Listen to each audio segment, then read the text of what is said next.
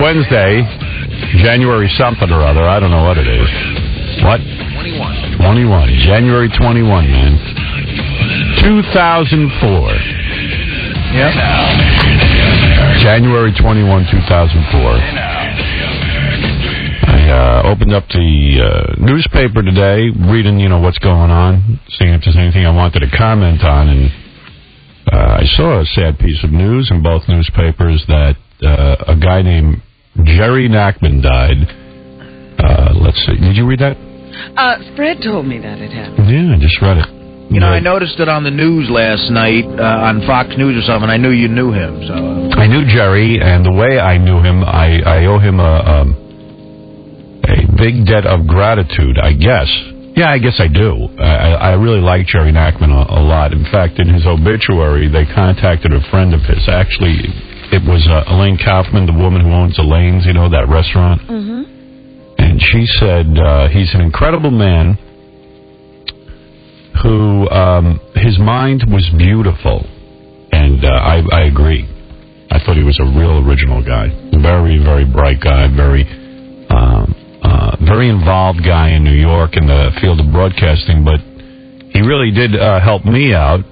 I was broadcasting in Washington, D.C. in 1980, and Robin and I were there, and feeling kind of beaten up. I was always feeling very underappreciated by the people I worked for. I mean, I worked for a radio station that just hated me. The general manager there resented my success. I took the station from worst to first in a matter of months, and he hated me for it. He had decided that he was going to be the reason the station was doing well, and he resented my success. And constantly told me, I don't like you getting all the credit in the newspaper. What about me? He'd say. When I'd walk into his office, and I'd say, I don't know how to tell you, Goff. You don't write the article. Yeah, it's not my responsibility. I'm just here trying to do a good job. And then when I would go in and ask for a raise because he was paying me less money than my previous job, I was making $50,000 a year when I left Detroit, and he quickly knocked me down to 40 and told me take it or leave it, and I had to take it because I didn't really want to go to Chicago or Canada to work where I had other job offers. So I took the job in Washington, D.C., and I ended up working for a guy who I just couldn't stand. I couldn't stomach the guy. When he walked in the room, I wanted to puke. I mean, as bad as I paint Tom Chiusano, I can't say I've never wanted to puke when Tom walks into the room, but I don't know. Goff was It's not every day. It's not every day. Goff is just a mean-spirited guy, at least to me.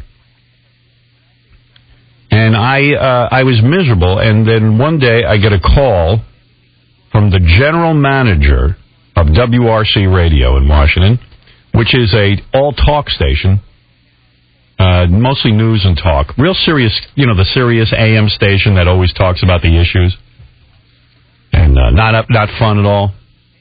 Like almost like the news station, actually. And back then, announcers on news stations and guys who did talk shows never gave their own opinions. Not like you see today, like the Rush Limbaughs and the I don't know, like a Bob Grant kind of thing. All of them. Yeah. Everybody on MSNBC, CNBC, all over radio. Yeah, the proliferation now of people who feel free to give their opinions. It just wasn't there. So Jerry called me up and he goes, man, you guys are kicking my ass in the ratings. In fact, people are going to you for the news. In fact, I hate to admit this, I'm going to you for the news. I have a news station and I'm not even listening to it for the news. I listen to you and Robin. He says, let's have lunch. I say, okay. And at lunch, I met a very gracious guy, very heavy. And I remember thinking to myself, this guy ain't going to live long because he just doesn't look healthy. I always thought that of Jerry. He ate with passion, like he did everything else.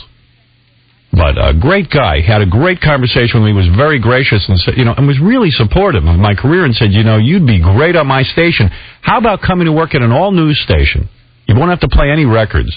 I'll never ask you to play a record. Just talk about the news. And I thought, man, that's an unusual idea. Howard and Robin on an all-news station. That'd be awesome.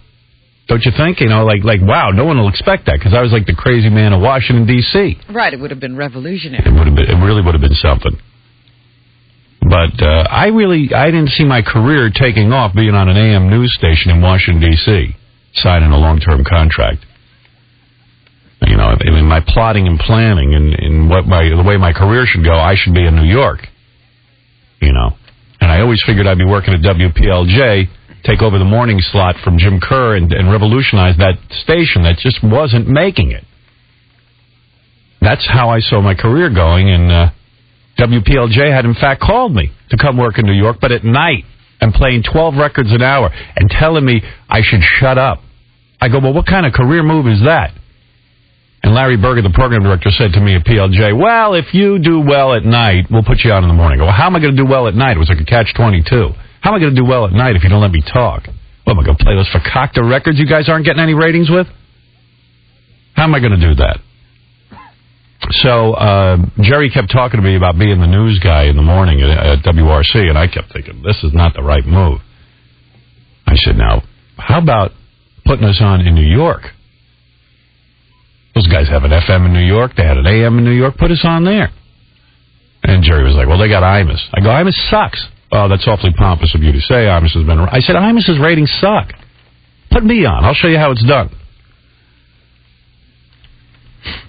Jerry said it couldn't happen. Meanwhile, Jerry went back and contacted NBC and said, hey, the guy wants to come to New York. How about putting him on in the afternoon? And Jerry got me to New York. Didn't turn out to be a great situation. Turned out to be downright horrible. And the people that I hooked up with were liars and really misled me. But, nevertheless, Jerry believed in me. And I thought the world of this guy. I thought he was like a big teddy bear of a man. Very comforting guy, very warm guy. And gracious and brilliant. Brilliant. So I really got sad when I opened up the newspaper today and saw that the great Jerry Nachman was dead. And I'll tell you what, I heard he was sick about 6 or 7 months ago. Yeah, we talked about it on the air, actually. And I sat down and I wrote him a letter. And to tell him that I heard he was ill. I didn't know what was wrong with him. They never announced what was wrong with him, but it seemed serious, you know. I didn't know. Yeah. But everyone was talking about Jerry seriously ill, and I didn't know what he had. So you did write a letter. I wrote him a letter. Anything. I wrote him what? I didn't do anything. Well, that's okay. I mean, you don't know. But I wrote him a letter, and I don't even remember even exactly what I said, but something like, gee, I heard you're ill, and I'm thinking about you, and you're a great guy. And I was kind of hoping you'd give me a call if he felt like talking. But we never heard from him. We weren't super close or anything like that. I would have liked to have been, but I just think that Jerry's one of those guys who lives on the fast track. I mean, he was the editor of the New York Post for a while. He was He loved to change jobs. He changed jobs without fear, and that's another thing I loved about him. If anything about my career, I've always been fearful of not having a 9-to-5 kind of gig. I've always been fearful of not having a steady radio job. A lot of guys, Jerry'd get the job to run MSNBC, he'd get the job to run the New York Post, he'd leave, he'd take another job. The guy loved to challenge himself because he was brilliant. He was that good. He could get a job anywhere. And I guess in my letter to him, I said, obviously I care more about you than Robin does. She's not writing you. I am. Thank you. I hope you don't mind, Robin.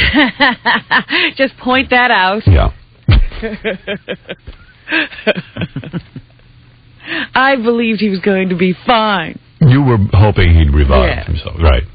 You, on the other hand, thought he was done. I knew he was a goner. I didn't really know. To tell you the truth, though, to be serious, I had no idea what was going on. I just thought of the guy. Kept hearing that. I mean, he had this cool job running MSNBC, and I saw him on camera a lot. He was doing shows. He didn't look good on camera, I'll tell you that. I mean, he didn't look good not just because he was fat, but he didn't look healthy at all. In fact, they have a picture of him here. I never saw Jerry look this good. Yeah, I think that's like his best picture, and it's nothing great. Nothing to write home about. And I'll tell you what, I don't know if he was still married, but he had a wife when I knew him. He got married when we were at NBC. This tall, thin, beautiful woman. And I said to someone, how does Jerry get a tall, thin, beautiful woman like that?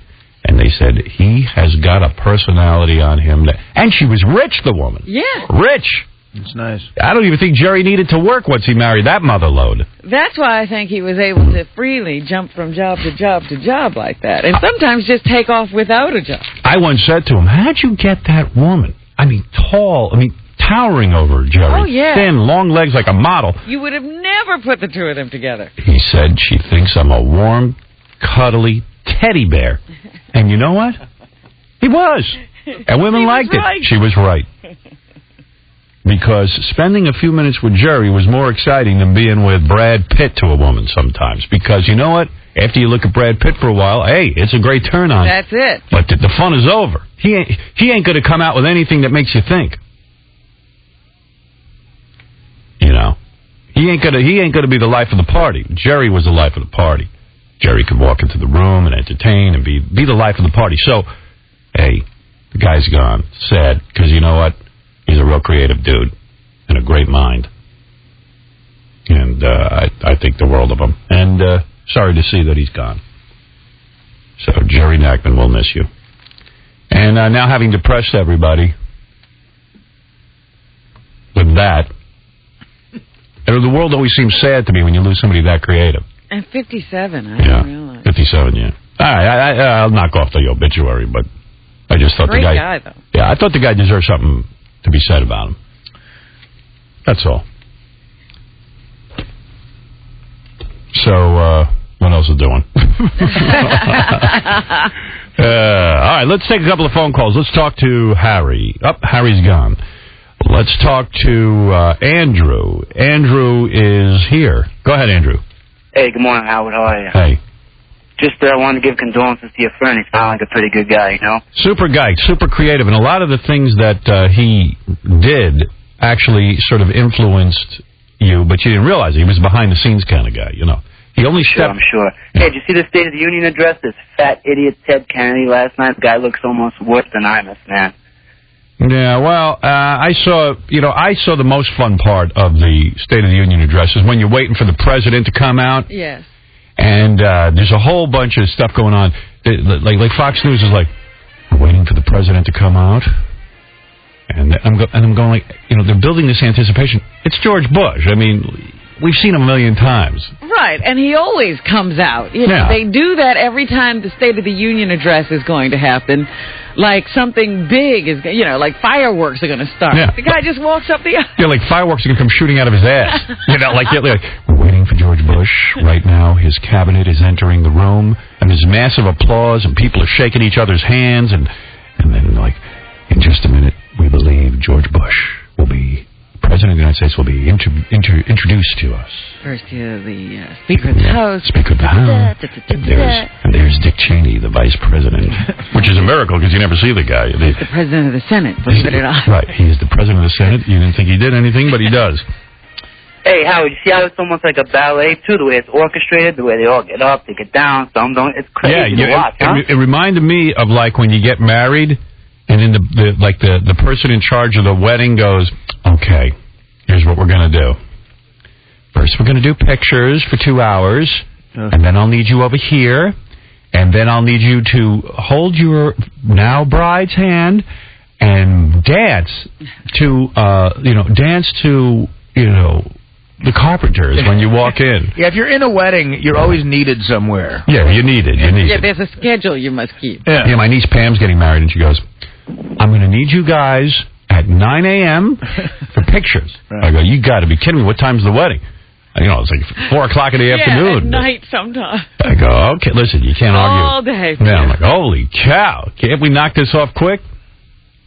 What are we, shooting the cover to Rolling Stone? Who is she, the president? Yeah, I mean, you know, can we time this a little better?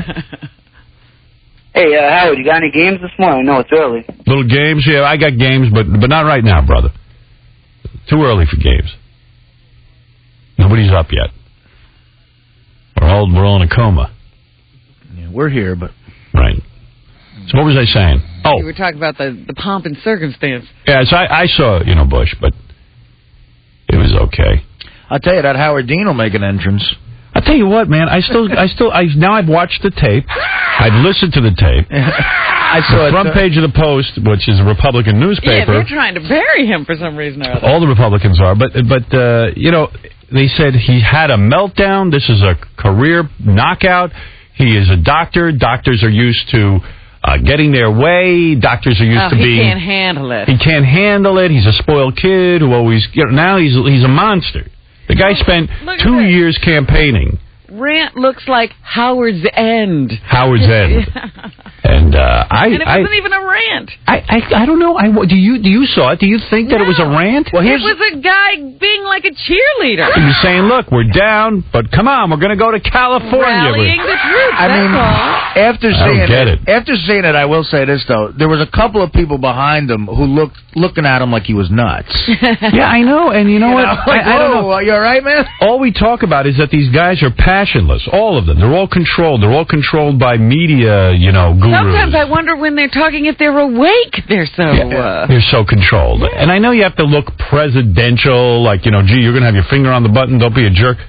I don't know, man. I watched the tape, and maybe I'm mentally ill, but I don't see a guy out of control there. I see a guy... like a coach, on the sidelines of a football team. Yeah. I mean, I don't particularly like coaches. And I don't particularly like that rah-rah crap, but I don't see a guy out of control. I see a guy who's saying, God damn it, I'm going to win anyway, despite what... fire under their ass. Yeah, I'm going to put firecrackers in their ass. I think when he took his jacket off, though, there were a couple people behind him who looked like, what if he gets naked? He might take everything... We're going to go to Arizona!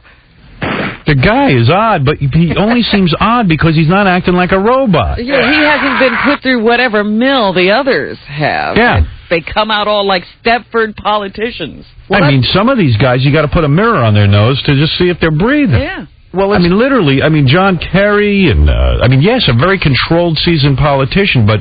I mean, the guy won. You'd have thought nothing happened. Right. Well, this is a great day, blah, blah, blah. This is great. You sure you want to be president?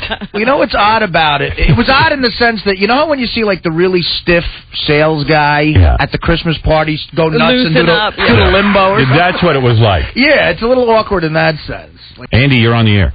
Hey, now. Hey, now. What's up, Big Bird? What's going on, buddy? Hey, now. Did he just say Big Bird? Yeah. How dare you? Anybody who makes fun of me should immediately be hung up on. Well, come on, Howard. You know you're not as good looking as me. Come on now. All right, what do you want, Andy? Come on. I want to ask you, how come you got Kirby on this morning playing the sound bits of that sound of the Dean guy, and he's like, and this guy's running for president, forget about it. Like you said yesterday, he's putting so much fear into these people because he's not being like a robot. And people don't even know what's going on. So the guy has some energy, big deal. Yeah. You got crazy Cassie over there. Oh, I wouldn't vote for him. Tell people like him to shut up. Yeah, okay, but he's like a right-wing guy, And one more thing.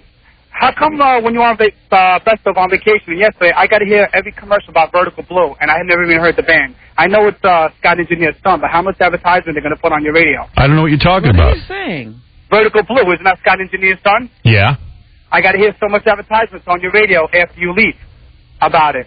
And appearing this weekend. What's he talking about? I don't know. Maybe Fred reads. Oh, you mean when Fred does the plug, we give... I only read one. You only read Scott the Engineer plug? Did you do? Is that too much Vertigo Blue for you? Yeah, try Best of when you're on vacation. Well, really, why is anything about that? Why is Scott doing why is he doing a Vertigo Blue plug? I have no idea. Yeah. It's the first I've heard of it. It's at the end of the show. We throw him a bone. I don't even know why. This guy's saying during Best of he heard it a lot. I don't understand. Is that true? I gotta go. I'm sure that's not true. I don't know what he's talking about. I don't either. He doesn't even know what he's talking about. Imagine going through life and not knowing what you're talking about. It just makes no sense. And you say to him, you heard a lot of Vertigo Blue plugs? He can't even answer the question. Right. It's like retarded. Yeah, Best of, yeah. Now, here's Scott to tell you he doesn't know what he's talking about. They're in the normal place. All right, we figured that out. All right, get out of here. Vertigo Blue tonight in Hoboken, Whiskey Bar. Get out of here, sad sack.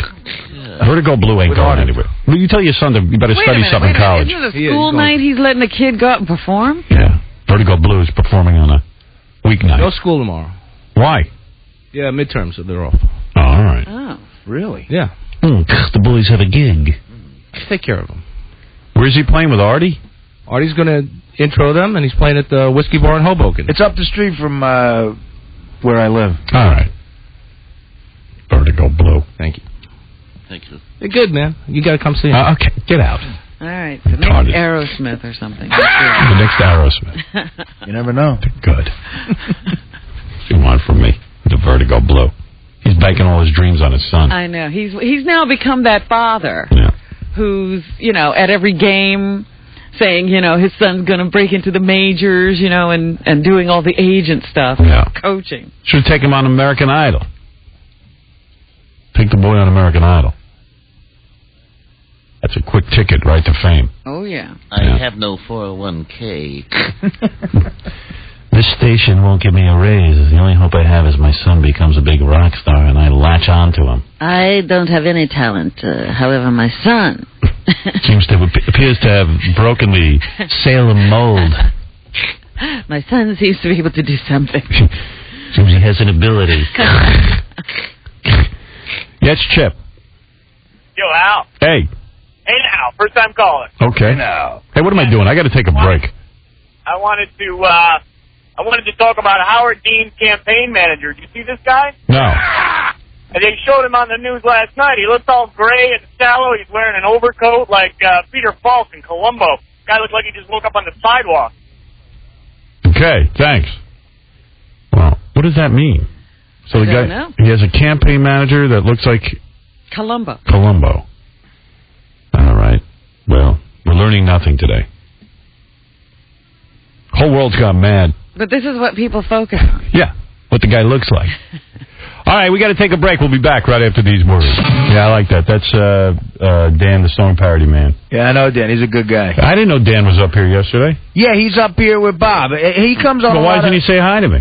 Well, I don't know. I passed him right in the hall. I don't know that. Is he the guy with the ponytail? Yeah. Oh, I didn't realize. He was walking around here like he owned the place? He never said a word to anybody. No. He was back there being very respectful. Dan, the song parody man. He's great, man. He's the guy who sent in that Metallica thing for 9/11. Yeah, that was good. Yeah. Hey, there it is, the Howard Dean remix. Very nice. Good stuff. Tin soldiers and Nixon coming, 4 dead in Ohio. Nice job, Dan. Nice job, Dan, with the ponytail. Yeah. Ponytail thing. Don't see too many dudes with the ponytail Not anymore. anymore. Dan's still hanging on to that. He comes to a lot of gigs. He's a great guy. He's committed to that ponytail. How's he make money with a ponytail? He does a lot of different types of work. I'm not sure exactly what he does, but labor or I think he's like a skilled laborer. Yeah, because you can't have a ponytail being in corporate America. Well, he has a trade, Yeah, like he like puts in tile and stuff. He's good at stuff like that. Steals cars. Everyone's got to make. Everyone has a side job. If you steal cars. If you're a car thief, you can have a ponytail these days. There's a couple of jobs that I know of that, heroin dealer. Yeah, they get to call their own shots. Yeah, or independently wealthy, they get to call their own shots too. Sometimes you work security for us on a gig, which of course means everybody gets in. Yeah, everyone gets in and does a shot with us. I read a good book over vacation. That's sappy. Did I tell you I read The 5 People You Meet in Heaven by Mitch Albom, the same guy who wrote Tuesdays with Morrie? You did tell me you read something by him. Yeah, I read that new book by Mitch. It's like, that dude is successful. Number 2 on the bestseller list now for months. And Tuesdays with Morrie is number 1 in paperback for months. The reason I know that guy is he's a sports guy out of Detroit, I think. And I never knew he was the Tuesdays with Morrie guy till recently. We've spoken.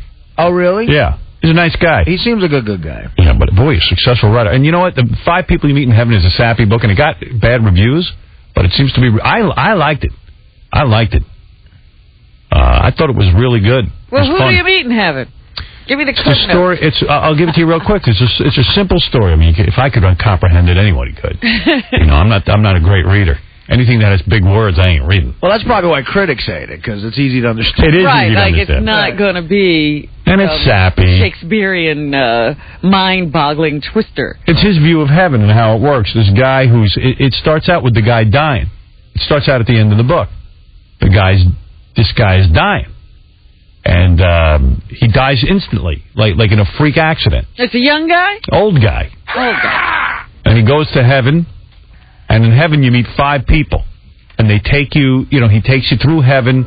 And each scenario is, like, you meet people who you think were inconsequential in your life. Like, he meets this woman. He goes, how are you one of the 5 people I meet in heaven? I never met you. This guy used to work at a carnival his whole life. And it turned out he recognized the woman. It was the woman's picture that used to hang in the carnival because her husband is the original guy who built it. And then you start to hear how she affected your life and how her life went, how the carnival came about. It's really well done. I think the guy... Why are you rolling your eyes? It's good. I'm not explaining. I'm not going to tell you the whole freaking book. No. I'm simply... You said you didn't read fiction. I don't. All right. This isn't fiction. It's about heaven. This is about heaven. Something real. What's the matter with you? Yeah, Robin. Yeah, Robin.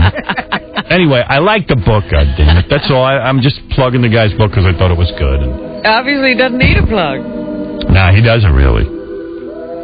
He's good, though. He tried to make Tuesdays with Maury into a play, you know. I went and saw it. Yeah, it bombed, but... Oh, was it? It was good. I saw it. I liked it. I never read the Maury thing. I saw the TV movie. That was enough for me. Hey, Jason, you're on the air. Hey, Howard, you want to find a lot of those videos. Stupidvideos.com has thousands of those kind of videos, and it's free. Oh, yeah, stupidvideos.com? Yeah, stupidvideos.com. They've got everything on there. All right, thanks. All right, no problem, man. You know, chicks now, whenever there's a guy who's like me, who's like not into marriage, not into, you know, all kinds of stuff, they tell you, go see Jack Nicholson and Diane Keaton. Oh, you got to go see that movie now? That's going to fix you? It's going to fix you. Because I think Jack Nicholson is a non-committal guy. Right. And then all of a sudden he dumps his young, hot girlfriend and then goes with some old bag. Because, like, now he's all, you know, he's all grown up. Right, he finally matured. Hey, growing up means I got to start banging Diane Keaton over a young chick. Does that sound like a good thing? I don't want to grow up. I won't grow up. Something's got to be wrong with you, obviously. Yeah, Mike, you're on the air. Hey, Howard, how you doing? Hey, brother. What's the deal with all of these Jews? They're all upset over a sign that they want to put on the Williamsburg Bridge. Oy vey, leaving Brooklyn. The Italians don't care. Forget about it. What are we talking about? I guess there's a proposal to put a sign up on the Brooklyn Bridge saying, oy vey, leaving Brooklyn? Yeah. Who wants to do that? He says the Jews are upset. Marty Markowitz. Yeah, the city wants to do it. They want to write oy vey, leaving Brooklyn? Yeah, and on the Staten Island Bridge... Why would you be upset about that? Forget about it. Why would you... I don't know. Well, it's a stereotype. You tell us. Hey, dude, I don't even know. They didn't contact you. No Jews contacted me. I'm not king of the Jews, but the word oy vey is funny, and... It is funny, and it's not a knock against Jews, oy vey, you're leaving Brooklyn. It's something kind of sweet. It is. Yeah, I don't know. It's stupid. You know what? People get upset about everything. I'll tell you what upsets me. What are they hanging signs on bridges for? Well, he's right. There's one sign that says, leaving Brooklyn, forget about it. Wait a minute, that's offensive. Yeah, but I mean, that's fine, and oy vey is fine. Yeah, who cares? You know what? I think it's funny. It's weird to see that. Jews have to complain about everything. You know that. I hear you. All right, brother. Have a good day, Howard. It's part of the religion to complain. Everything's a problem. Jews are a little punchy from being beaten up all over the world. You got to understand. So as soon as they hear anything, they get you know, oh no, it's the Holocaust again. What you complaining about? You know, it's like if you beat a woman and you just go to scratch your head one time, she thinks you're going to hit her. Flinches, That's how Jews are. Every minute they're getting beaten up, they're getting thrown into ovens, blamed for the entire Middle East problems. There's nowhere they can live except the moon, and we're not even sure they're allowed on the moon. They can't have a homeland. Whatever it is. Wherever Jews go, they're beaten up. So, you know, they hear, oy vey, right away. They're like the woman who gets beaten. You understand, right? That's all that's going on right there.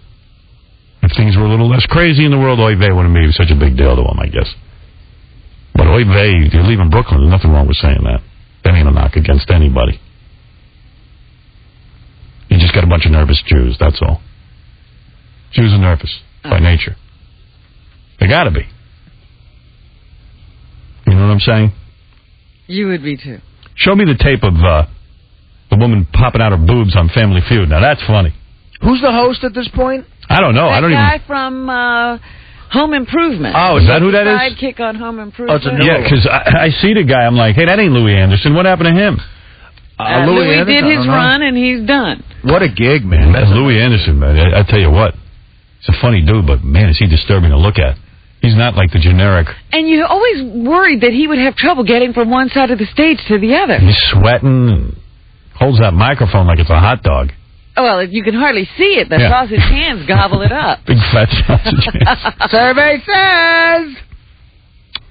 Yeah, that's a cushy gig, though, man. I would love to host a game show. Why didn't the Game Show Network contact me? If they got a show they want hosted, I'd love to host a game show. Well, they don't want that. Oh, you get that with Howard Stern. That's my special unique talent. They do like 5 in one day. I did that Hollywood Squares once, that Bergeron guy. Yeah. He lives in like Connecticut or something. Flies to L.A. for the weekend. Does 10 shows in 2 days. The rest of the week is his. And that's it. Yeah, but he had to make a pact with Satan to get that. Right. When he dies, he's going straight to hell. I guess well, now he's got another gig. He does that World's Funniest Videos, some video. That's another good gig. Yeah, another good gig. When I'm like, why does he have that gig? There are certain jobs you don't have to do anything. There's a guy at my gym. I said to him, what is your job? Because I never see you doing anything. He explained to me. I couldn't even follow it. Finances. Oh, it's something you can't see, huh? Guy hasn't gone to work for months. There's some people who have figured it out. Yeah. I haven't. I got a broom up my ass half the day trying to sweep up around here. It's getting to be goddamn annoying. It's goddamn ridiculous. It's getting to be goddamn ridiculous. All right, we got to take a break. We'll take getting to be goddamn ridiculous. Thank you. The great John Wayne. Yeah. The great John Wayne. Who else could have figured out how to squeeze goddamn into that word? Ridiculous. Yeah. It's getting to be goddamn ridiculous. All right, here's Dick Gephardt crying when he lost. All right. That's always fun to hear some dude cry. I love this country, and I love my family. The silver lining in all of this is that I'll finally get to see them at every opportunity. Yeah, like congressmen don't have more free time than any human being on the planet. Yeah, but they don't spend it at home. That's what he's telling you. Yeah. Now I won't have an excuse for staying away. Yeah, maybe now I'll focus on the kids now that they're 35 and 40. Oh, they're fun now. Yeah. These guys got to be kidding. That job, being a congressman or a senator, can be wrapped up in about, I'd say 2 months out of the year is all you need. All those guys, like in the original dudes who were the senators and congressmen, should have regular jobs. Yeah, it wasn't meant to be a full-time gig. Wasn't meant to be your livelihood. You know, I was reading somewhere that, like, senators and congressmen, they don't have, like, health insurance because they don't need it, because, like, they have a package when they retire that's astronomical. Like, they all get, like, a fortune. And guess how they got it? They got to vote on it. They voted in their own package. If they vote a package in for us, none of us would have to work. None of those guys really work. You think those guys work? Have you seen anything change in your life? Honestly, you don't think government runs itself? There's a couple of bills those guys actually have to vote on. The rest of the time is a schmooze, getting taken out to dinner. Right, passing the budget every year, and that's it. It should be a volunteer job. Do it because you like doing it, and you know what? It should take you about 2 months out of the year to do it. You know, I am so sick and tired of opening up the newspaper every day. Today I opened up the newspaper. Sarah Jessica Parker is saying she can't even look at the last script of Sex and the City because it's too painful. It's too emotional to imagine the end of the show. I'm like, why does this Yenta have to end the show? Yes, it was her decision. I mean, why is it so painful for her? She's not going to be in any movie. I mean, she's going to be in a crap movie here and there. It's a terrific gig. She got a kid. She got a husband. She lives in New York. They tape that stupid show in New York, apparently whenever it's convenient for her. Why would you give up a gig? Keep the show going. What is she so worried? Oh, we have to I want to end it on a high note. What do you care? I don't know how she could look at the other script. How do you know it's not going to end on a high note? Go 2 more years and still be high. Isn't she like 40? What do it until you're not crying when it's over. Because she's an idiot. Yeah, that's why. She's an idiot. Cut that mole off your face and let's go another couple of seasons. and then the Friends, I'm reading about them. They're all crying. They're crying. They can't even. This is the week they're taping the final show, and they're not even sure how they're going to get through it. Hey, Howard. What a crock. Hold on a second. I'm sorry. What a crock. I'm like, first of all, okay, Jennifer Aniston thinks she now has a film career. Okay, great. Hey, good. So go off and let that bitch do her films. Get rid of her. You mean to tell me that Joey Tribbiani... You can't have 5 friends? David Schwimmer, Matthew Perry... Get rid of Courtney Cox and Jennifer Aniston and bring in 2 new chicks, 2 hot chicks. What do you think? Keeping Phoebe? Yeah. Listen, if she wants to stay, let her stay. I personally would get rid of her too. I'd clean her right out. You keep the 3 guys and get 3 new girls. You know what? I mean, Absolutely. Think about it. It's a good show. They got a good chemistry. They're giving the Joey Tribbiani show. What's wrong? It's the Joey show. Yeah, keep David Schwimmer. David Schwimmer's not going anywhere. He'd work another 20 years like Frazier. He's thrilled to make money. He's not going to make money. But somehow they did this on the sly. Everybody said they were leaving. I know. And then Joey got a show. It's stupid. Matthew Perry, he's not going anywhere. He's thrilled to be working this guy. He's a loser. He's a loser. Let him stay with the show. The other two girls, what do you think? There's no other girls in Hollywood? You know what? Kathy Lee left Regis. She thought the whole show was going to fall apart. They got this Kelly Ripa. Everybody likes her. It's better and gets higher ratings. Keep the show on the air. Get 2 new broads. Tell them F you. And these guys are so pussy-whipped to work on the show. Well, we all make our decisions together. We all get the same amount of money. We go, what are you, women? Get rid of those 2 broads. They don't want to work anymore. That's broads. They get a good job. They want to leave. They want to go have kids. They want to have babies. Yeah, go have babies. That's what they have to do. What do you think? Matthew Perry don't want to work again? And David Schwimmer go off into obscurity? I'll tell you, that Friends, that's a gig of a lifetime, because a sitcom isn't that much work. Like a Oh, you're not kidding. Whatever whores David Schwimmer is banging, they're going to dry up when he goes off that show. Well, isn't he independent? What's David Schwimmer doing? I don't know what he's doing. He's sitting. He's doing nothing. He's sitting and staring in the mirror. He ain't gonna be doing nothing. This guy. He ain't going to be doing nothing. He's a piece of crap. All right. You don't have to get angry about it. I'm just saying, dude. Does anybody? I don't know what he did. You know what? This guy's insane. Hey, I just want to say that Darrell Hammond on Saturday Night Live does the best impression of Donald Trump I've ever seen. It is unbelievably brilliant. I saw that the other day. Thought it was funny as hell.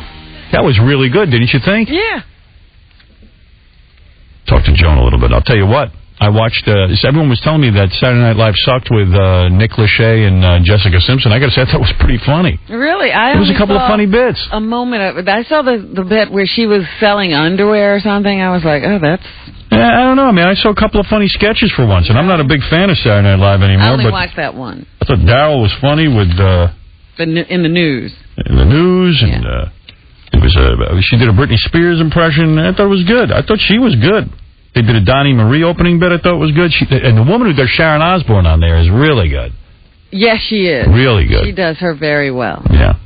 I even thought the singing Mexican restaurant was kind of funny. I didn't see that. Yeah, well. I mean, once in a while, you got to give them credit if they do a funny show. They were good. And Jessica Simpson actually was pretty good. Well, I mean, she's got what it takes. I'm tired of those two. I hate it when I see pictures of them. They don't even have to be talking. I just hate it.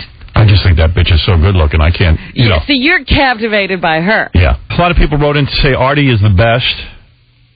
Why do you make fun of Artie? Who makes fun of Artie's? I mean, who makes fun of Artie? I don't know what they mean. So what if he's fat? He's still funny as hell. He's way better than Jackie. He just doesn't sit there and laugh at everything you say. Artie, you're the best. Keep up the good work. Here's another one. I swear Artie just gets better and better. Peeing outside of a club and having 2 cops tap on his shoulder is amazing. I love this guy. Good morning, everybody. I'm going to pass out from the heat in here. What's going on? It's weird when you lower the heat, then it becomes a tundra in here. An icy tundra. It is hot right now, though, man. Yeah. I went running yesterday outside 4 miles. I feel like I'm going to drop dead. Right. It was bad out yesterday. Yep. Had the road all to myself. You never consider doing the treadmill? You just like outside, huh? I started doing a treadmill, and then my foot started to go numb from hitting it the wrong way on the treadmill. But now I'm fine. It was weird. Like, you run on a treadmill, I guess you run differently or something? Right. I don't know, man. That treadmill ain't for me. You feel good. I mean, you feel like you accomplished something, and you're sweating, and you... Right, out there in the cold. Then I weighed myself this morning. I still weighed the same, so... Isn't it fantastic? You do all that and see no progress. I don't even eat anything, and I don't get any better. Yeah, Mike, you're on the air. Hey, I heard that Andrew Dice Clay got 86 from the Comedy Store. Andrew Dice Clay got 86th from the Comedy Store. All right, what am I supposed to do with that information? What are you telling me? Hey, look, I just come up with stuff so I can get on the show and talk to you. Oh, so that's not even real. No, it's real, but it's just... No, I'm saying, what is it? What tell me. I mean, it's just it's a statement that doesn't do me any good. Andrew Dice, why did he get 86th from the Comedy Store? In other words, you're telling a story as if we all know what's going on. Or like just him getting 86th is a big deal. Oh, he threw a drink on Pauly Shore or something. Or something. So you don't even know. I just heard about it. You heard about it. So you don't even know that it's real. You just heard about it. And you're calling me with the statement that Andrew Dice Clay threw a drink on Pauly Shore, and you want me to what? You want me to comment on it? I just wanted to talk to you. How do we know that's for real? What kind? No. You're talking to me though in a stupid way. You're saying Andrew Dice Clay got 86 from the Comedy Store. Then you stop. Okay. So, let's see. I'll pick up the ball from what you just laid on us. Let me start to riff. Gee, how easy is this job with guys like you calling in? Hey, it's just I'm a moron, but someone has to do it. So when you say that Andrew Dice Clay poured a drink on Pauly Shore, you don't even know that it happened. How did you come to get this information that you're not even sure happened? Well, I was trying to dig up Andrew Dice Clay and talk to him at the Comedy Store. What? You know, he's hanging out at the Comedy Store, and Andrew Dice Clay is like, you know, one of those guys you can actually go up and talk to. Okay. You know, he's... Yes, and?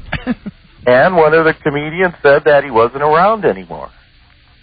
Oh, a comedian told you this? Yeah. Okay. Another funny guy. And he said Andrew is not allowed in the Comedy Store because he poured a drink on Pauly Shore. Yeah. Okay. All right. Thank you. Hey, Howard. Yeah. Okay. Thank you. You bore me, you imbecile. You disgust me.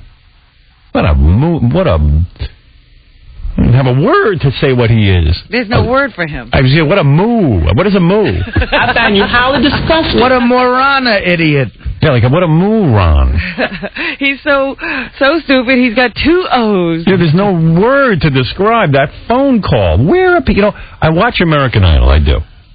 And I say, could these people possibly be this stupid? Don't you think half of them are put in there for entertainment purposes? Yes. Robert, how can you say that? Look at the people who call us every day. Do you think we set up the show? People are dumb. That's why we're successful. We're not that bright, but we're just brighter than the dummies. That's true. There are a lot of dumb people. I have felt that before. Imagine this. If Andrew is thrown out of the Comedy Store, it's because he's not funny. If he was funny, they'd put up with any of his behavior. Let me tell you something. I saw a Cribs with Pauly Shore on it. He's got an awfully nice house. Well, his mother's very wealthy. And that kid's loaded. I guess so. And he made a couple of movies. What's he got going on? It was up in the hills. It was very nice. Big. See, the government should take that house away from him. His mother's got to be a multimillionaire. I am in the newspaper today. I'll explain why. I just read about myself. Is it good or bad? Are the police coming? Did you read it? I haven't seen it. Don't read it, though. Don't look for it, because I'll read it to you. It's more fun when you don't know what's going on. Yes. 1 second, though. Let's take a couple of phone calls. Oh, my. That's right. Let's hear from another Mooron. Yes, Andrew. Thanks, Howard. I think the last guy was Club Soda Kenny. But anyway, how old do you think Dorothy Lucy is? Because she was doing weekends in New York like 20 years ago. You think she's over 40? I'd say she's about 40. She's not bad looking. Not a bad-looking woman. She's just a moron. And the voice. Oh, sounds like Jackie's evil twin. I think Howard's wrong. I mean, I don't know how anybody watches that show. Remember on the anniversary of 9/11, she was the one who crowbarred a J-Lo item? Oh, yes. That was an all-time low. A real, somber moment, and she went, oh, by the way, J-Lo and Ben Affleck getting married. I wish we had that tape. That's a great tape. We might have it laying around. Yeah, we used to play it every once in a while. The world just exploded. And by the way, I know this is the wrong time to say this, but J-Lo and Ben Affleck just broke up. It's got to be insane. That was hard to listen to. I couldn't imagine watching it. But I would bang her very hard. You're absolutely right, sir. She's a good-looking woman. She's always been sexy. Always sexy. Dummies are sexy, can I tell you? Sexy is dumb. Yep. Yeah, thanks to Dan the Song Parody Man, too. That's cool. I really think if he didn't do the scream at the end, he'd still be in the race. I think that put it over the top. Yeah, I think maybe the scream. Maybe it's the scream. We base everything on a scream. How long is that scream? You're going to base a whole lifetime on that? Everything he said doesn't matter. All wiped out. Yes, Double A. Hey, Howard, how's it going? Hey, would you, you just recently grabbed Carmen Electra's boob. Had to be a great moment, but what would you think was your greatest moment on the show? I mean, you had a lot of great moments. You had Pam Anderson give you a lap dance. What was the greatest moment on the show? For you. What would I guess you mean sexual moment. Oh, yeah, with hot chicks. I don't want Oh, come on. What are you talking about? what was the greatest moment on the show. There's no greatest moment. A lot of moments were great. Okay, but what would you Come on, Double A. Shape up today. You're sounding like the rest of the Yeah, list. everybody's loony today. Stop it, I'm not This is not one of my great moments. Talking to you. Ah, don't be like that. Can't believe that. What is your greatest? You admit, you just want to get on the air. You don't even have anything to say today. Oh, that's not true. What is your I greatest watched moment? the show last night. I can't wait till tonight. You keep grabbing that cans. I wish I was grabbing her cans like that. All right, me too. But listen, there's no great moment. I gotta get off the phone now. It's enough with the phone right now. Holy cow! What was your greatest moment? What was your greatest moment? Hey, by the way, I'll tell you what. I had a terrible tragedy happen to me, and I'd like to share it with you, if I may. My TiVo doesn't tape Smallville. Why not? What have you got on there for Wednesdays that it's... I bet you it tapes American Idol. No, like that. What? no. Nothing like that? I don't know what's going on. I got a system. I'm gonna confess to you. I paid $87 million for it.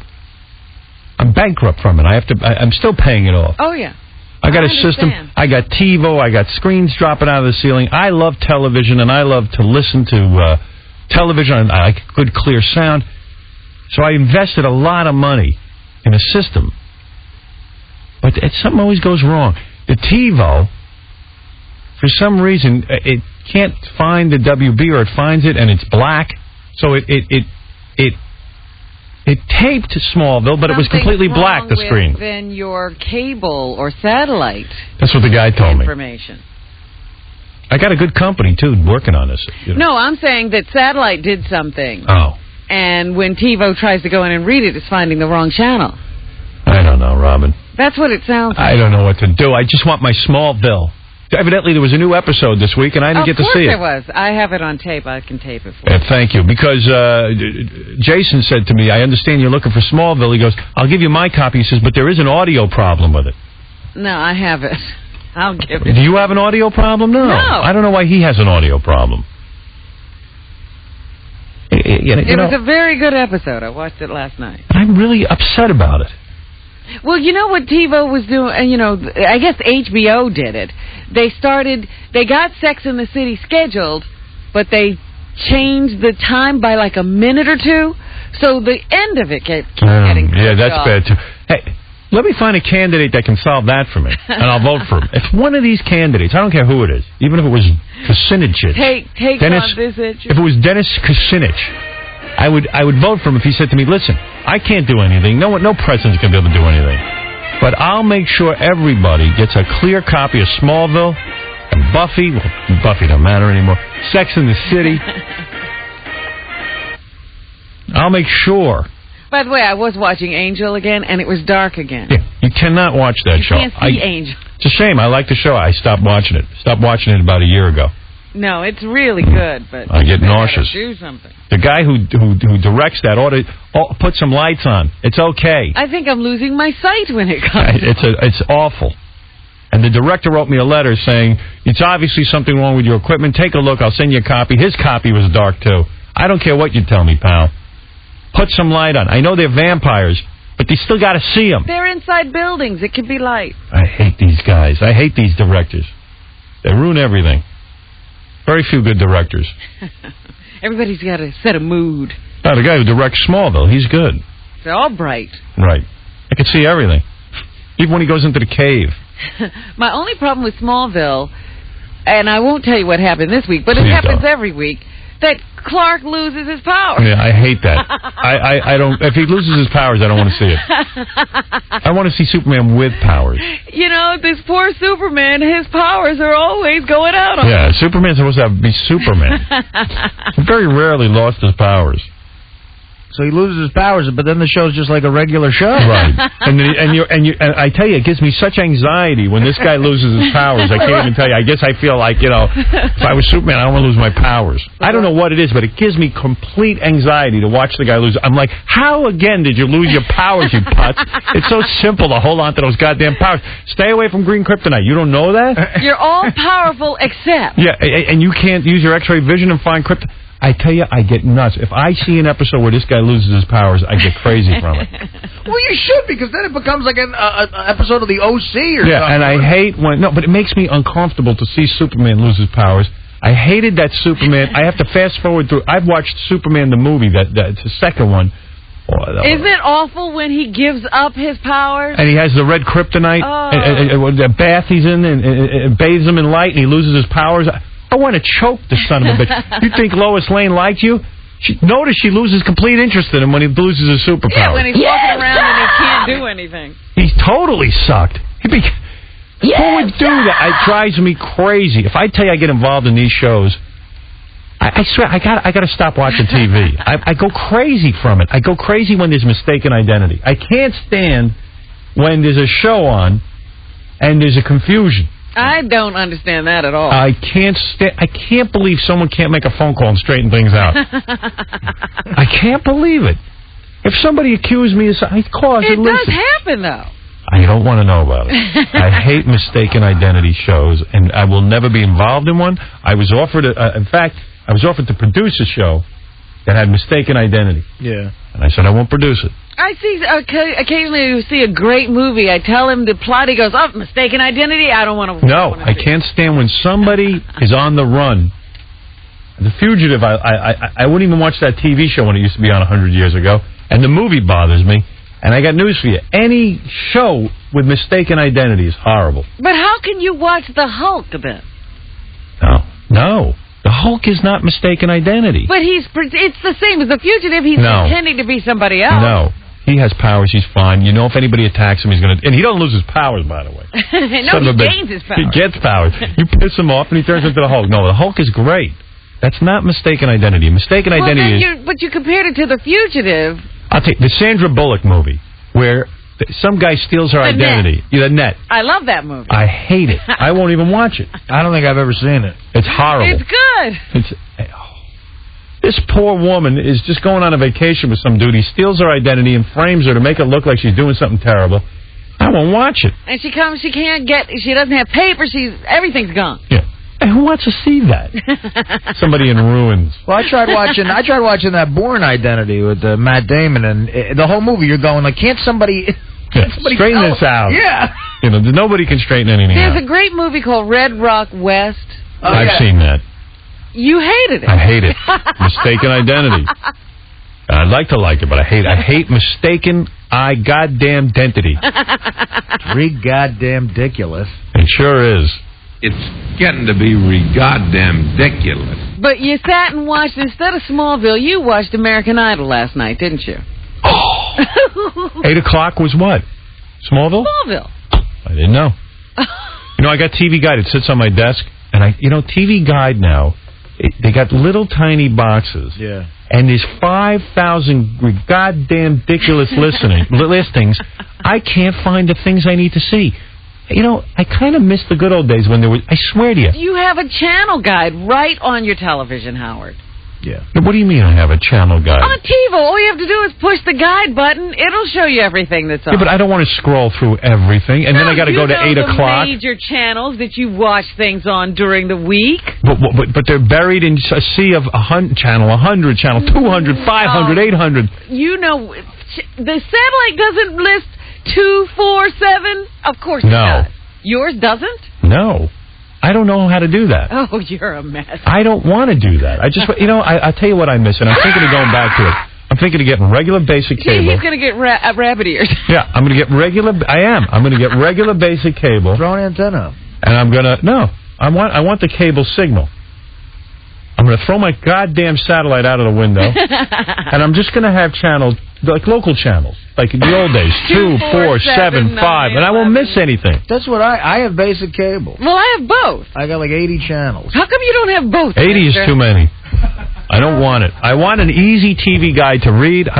Why don't you have both? Since you wanted I have everything, both. I've seen enough of that. What's the problem? I don't know. I think the reason is you don't have a newer DirecTV receiver. The newer ones all list 2, 4, 7, that sort of stuff. I have that. They don't list it that way. It's channel 100 something. No, that's what I'm saying. The older ones didn't, and then about 2 years ago they came out with the newer ones. I have the local channels in 2 different places on cable. They're listed 2, 4, 7. I don't want to talk about it. And then 380 something. And I don't want to look it up. Every time I look up something on that Fakakta system, I want to throw up. I know. When I'm trying to find some of the other channels like FX or ESPN, I go crazy because I don't know where they are. Me neither. And I don't care anymore. I've given up. I got to take a break. But you did watch American Idol, didn't you? I did, yeah. Sure I did. It was good. I'll play you some highlights from it. But you know what? Here, we got to get to the homeless game, and we also have to come back. I'll read to you from the newspaper. It wasn't good. It was redundant. It's 3 days of that. I know, it's getting to be a bit much. But I still enjoy it. Well, that's goddamn ridiculous. Do you watch The Apprentice? Are you getting into that at all? You know, I like The Apprentice. I saw the first episode, and I've got the other ones on tape, and I haven't had time to watch them. You know what's really funny?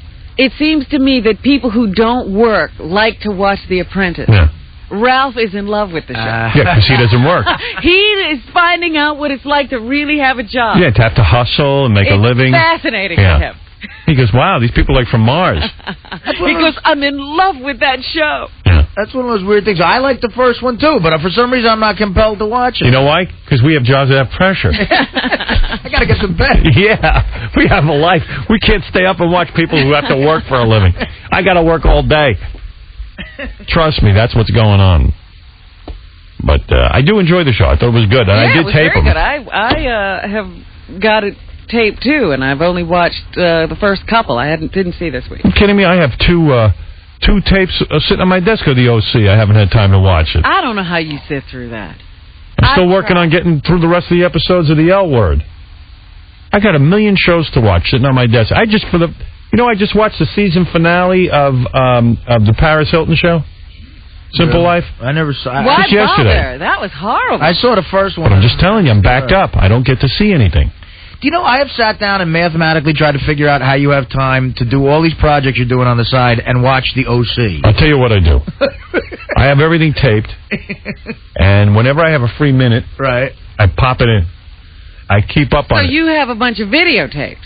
Videotapes. So you're committed. And you can pop them in the car or wherever. Wherever I am. Okay. That's really a commitment to watching a show you like. I mean, it really is. Oh, I have to keep up on things. Is Jake 2.0 back on? I don't know what the hell I got to tell you something. My TiVo keeps missing Jake 2.0. I've missed all the episodes. It's what? Really? I think it's canceled. I think they canceled it. Oh, no. I love that. It was a good show. It wasn't a great show, but it was okay. There's a new show on now called Line of Fire that's really kind of racy for network television, actually. Is that the one with the mob guy and the FBI thing? Yeah, I love that show. I haven't watched that. Oh, you'd get hooked on this one, too. I don't have time. I tell you what. The guy runs, he's a pimp. He runs a bordello. Oh, really? And you see him breaking in the girls. I don't want to watch that. Oh, it's great. That should be on HBO. It really should be. Well, that's what I mean. How can it's not going to be as good as The Sopranos, so I don't even waste my time. It's pretty good, though. In fact, The Sopranos, I'm so sick of waiting for it, I'm angry at it. I'm telling you, I get excited seeing the promos with the new stuff. It is exciting. I'm anxious to see what they do, because it looks very intriguing. The movie I'm waiting for is Van Helsing. This is the story of the guy who used to hunt Dracula. Oh, that guy. He's a monster hunter. And it's played by Hugh Jackman. And he takes on Werewolf, Dracula, and Frankenstein. Listen to this. I don't know how they all get together. I don't know, but it's fantastic. And I actually, Richie told me he didn't think the trailer looked good. I like it. Really? I like it. So the boy from Oz is going to fight all three of those people? Yep. He's Van Helsing. Helsing, whatever the hell his name is. I love that. That they should have on 24 hours a day. Anytime a guy fights Frankenstein, Dracula, and Werewolf in one movie, that's fantastic. That's brilliant. I don't care what anyone says. That's the only goddamn good thing. We'll see how they carry it off. I don't even care. Mess it up. I don't even care. I'm watching it. I'm going to be right there for that. Van Helsing. And they're not even a sponsor. I'm giving them a free plug. It's not open yet. I don't know when it's opening, actually. I want to have I tell you what I want to have, a big party when that movie opens, and we're going to take a bunch of listeners with us. Oh, there you go. We're going to sit there and watch Frankenstein, Werewolf, and Dracula, the three greatest movie stars there ever was. Any movie with Dracula, I watch. Any movie with Frankenstein, I watch. And any movie with werewolf, I watch. Any movie. Even when Jack Nicholson turned into a wolf, I watched that. I love that movie. That's right. You're damn right you like it. Even stuff like Abbott and Costello meet Frankenstein? Gotta watch. Well, that's a classic. Yeah, but you want to know something? They shouldn't make a joke about it. I'm being serious. Are you insulted if it's joking? Yeah, I love Abbott and Costello. I'll watch anything with them. But you want to know something? I never appreciated them. It's not greatest fun. stuff. Right. But I'll tell you, when they put George Hamilton in a Dracula suit, that was awful. What is it, Chauncey? Hey, Howard. Sorry about the calls today. Robin was talking about Line of Fire a moment ago. I don't even know that show. Well, here's an interesting fact about it. Your movie Private Parts, there's a girl in it called Leslie Bibb. Yes. You remember her, Howard? Yes, I remember her. Listen, first of all, let me tell you something. She keeps commenting on me. She does? Well, to Chauncey. Chauncey asks her questions about me. I got to tell you something. Leslie Bibb is nobody. Well, she is now. She's the star of that show. She's the star of the show. Yeah, let me explain something to you. You sent me the thing, what she said about me, and I read it. What'd she say? Here's what she said. I won't read the whole thing, but she basically said that she was in... Chauncey says, would you go on the Howard Stern radio show? First of all... Nobody's asking. Nobody wants her on the Howard Stern radio show. I'm not looking for her on the Howard Stern. She had a part... She was a glorified extra in my movie. She walked through the movie. She's the girl, if you could even remember the scene when I'm on the air at WNBC, she's the tour guide. She's what you call an extra. A glorified... What do they call it? An extra with 5 lines. Under 5. Right. Yeah. A nice girl walks on the set. Everybody who was on my set, I was very gracious to. As she describes to you, Chauncey, Howard Stern was very nice to me. He asked me if I need... Here. Leslie Bibb. Howard freaks me out. I would never go on his radio show because I know he would say something crazy. When I met him on the set of Private Parts, I was a nobody actress. And you still are, by the way. Well, she had the show popular, and then... Be quiet. It's off the air. Until I hear what she has to say. I was a nobody actress, and he still came over and asked if I was okay and if I needed anything. There wasn't a person on my set I never said, hey, are you okay? I always like everybody. He was aware of everybody, and he did a great job on that movie. But that's Howard Stern. Then there's Howard Stern, the radio guy. And by the way, Leslie, Chauncey, Robin, anyone else, Howard Stern, the radio guy, and Howard Stern, the guy in his private life, are the same guy. Different sides. Oh, it's the same guy. I might not show it to you because I'm not on every 10 seconds. Like Clark Kent and Superman. Yeah, Clark Kent. Same guy. Clark Kent and Superman. You know, people are so stupid. They go, oh, you act so different. What do you think I'm going to go around picking my ass in front of you, you scumbag? Of course it's the same guy. What do you think? These aren't my thoughts? These aren't my fantasies? People are so stupid. And this bitch is so stupid. Well, go on. She doesn't seem to have said anything wrong so far. That's Howard Stern, but Howard Stern, the radio guy, that's a completely different person. I'm terrified of that guy. And Chauncey says, wouldn't it help the ratings on Line of Fire if you went on there? No. And it's just not happening. An acquaintance of mine who's an actress went on and asked her if she liked it up the butt. I said, oh my God, she's a well-known actress. And they asked her that? She said that it was really humiliating. Even that word anal is awful. It's just so inappropriate. You shouldn't ask that. She told me that she walked away not feeling good about herself. Why did I subject myself to that? It didn't even do anything for her ratings. My heart just broke for her. The questions were just so inappropriate. You just shouldn't do that to somebody. For some people it may work, but not for me. I just couldn't handle it. Okay, let's dissect this comment. She didn't say anything bad about Hold it a second. Number one.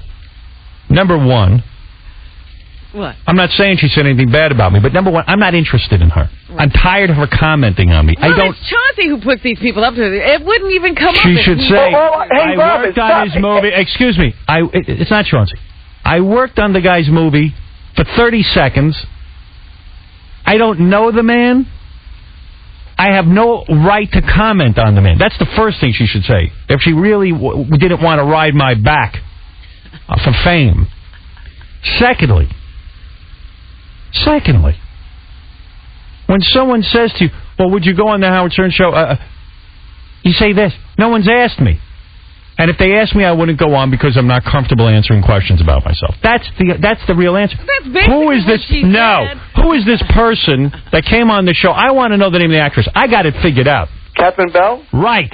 Who's Catherine Bell? Catherine Bell was on a show named Jag, and she didn't come in here feeling humiliated about anal. She was pissed because I asked her about her cockamamie religion, Scientology. How did you figure this out? Because I'm bright. She got mad at that. Because who else would hang around with Leslie Bibb? but a girl completely whacked out of her skull. Leslie Bibb. I never even heard of Leslie Bibb. No one cares about her. She should rot and die. Oh, my God. Whoever heard of this person? Talk about... Just say, I worked on a movie with a guy. I'm nobody. He was nice to me. He was nice. I was a nobody, and he was nice to me because I'm nice to everybody. Well, you know... Don't comment, Howard Stern on the radio is a different guy. She don't even know Howard Stern on the radio. Come in here if you know me so much. And as far as anal goes, if I say to a woman, do you have anal? You know what she could say? I'm not telling you. First of all, it's those line of questionings that got you the gig on ABC, right?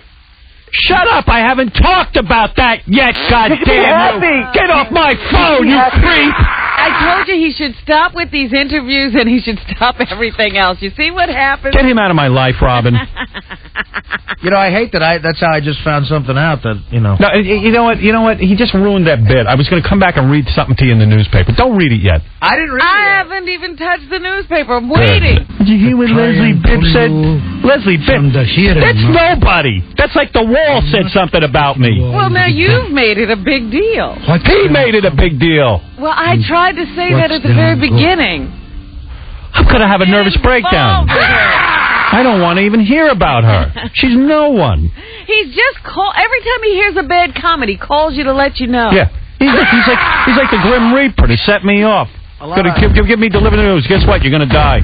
A lot of Hollywood giants are lining up against you, like Brooke Burke and Leslie Bibb. All right, I want to read to you from the newspaper. There's an article about me in the paper, which is about something I'm doing career-wise, and I didn't know this was even coming out. But the funny thing is, there's a huge picture of me and Beth, which has nothing to do with the announcement. It's just I've become like Sonny and Cher. Yeah. I guess I'm more interesting standing next to a hot chick. Well, it's Hugh Grant and Elizabeth Hurley. There you go. Beth opened up the paper. She goes, "There's a huge picture of us." I go, "What did we do?" I don't recall doing anything.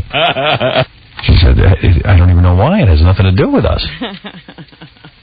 Look, you're dating a chick like that, you should always be happy to see her. Hey, I'm thrilled to stand next to her. You know what? I'd like to put a billboard in the middle of the goddamn city so people could see that I'm dating a hot chick. I'm not embarrassed at all. Look at me. Why not? You're damn right. Hey, I wonder how they got that. ABC bets the raunch on Stern TV special. Now, here's the real headline. Move over, Barbara Walters. Here comes Howard Stern. See, Richard Johnson and Bill Hoffman wrote this, so you know what? These guys have two yentas. They hear about everything. Oh, my goodness. Their ear is to the ground. I got to hand it to those guys. They got it. They're good. I've been having... Remember I told you I was having meetings with Lloyd from ABC? Yeah. Lloyd's up in my apartment every week. They probably saw. I got Lloyd. I got half the ABC programming department. They came to me, and they said, they want you to do a special for us. Series of specials. I said, I don't have any time. See, I'm a negotiator. Yeah, nice. They say, we think you're the best interviewer around. We listen to your show, we learn more crap about people than anywhere else. What if you were the next Barbara Walters? I go, let me think about how I look as Barbara Walters in a dress. Well, those are suits she wears. We believe that you would be amazing at an interview show. Mm-hmm.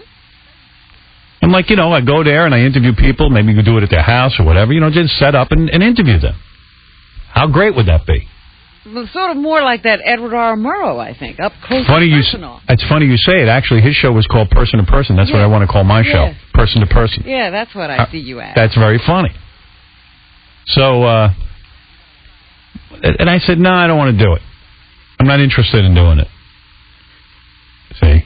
But I really wasn't. Good. I said, I interview people on the show. I don't need to do more interviews. They go, well, it's different because it's network and... Imagine the promos, you up there on ABC TV. I said, I'll tell you what. I want to be made a full-fledged member of the ABC News Department.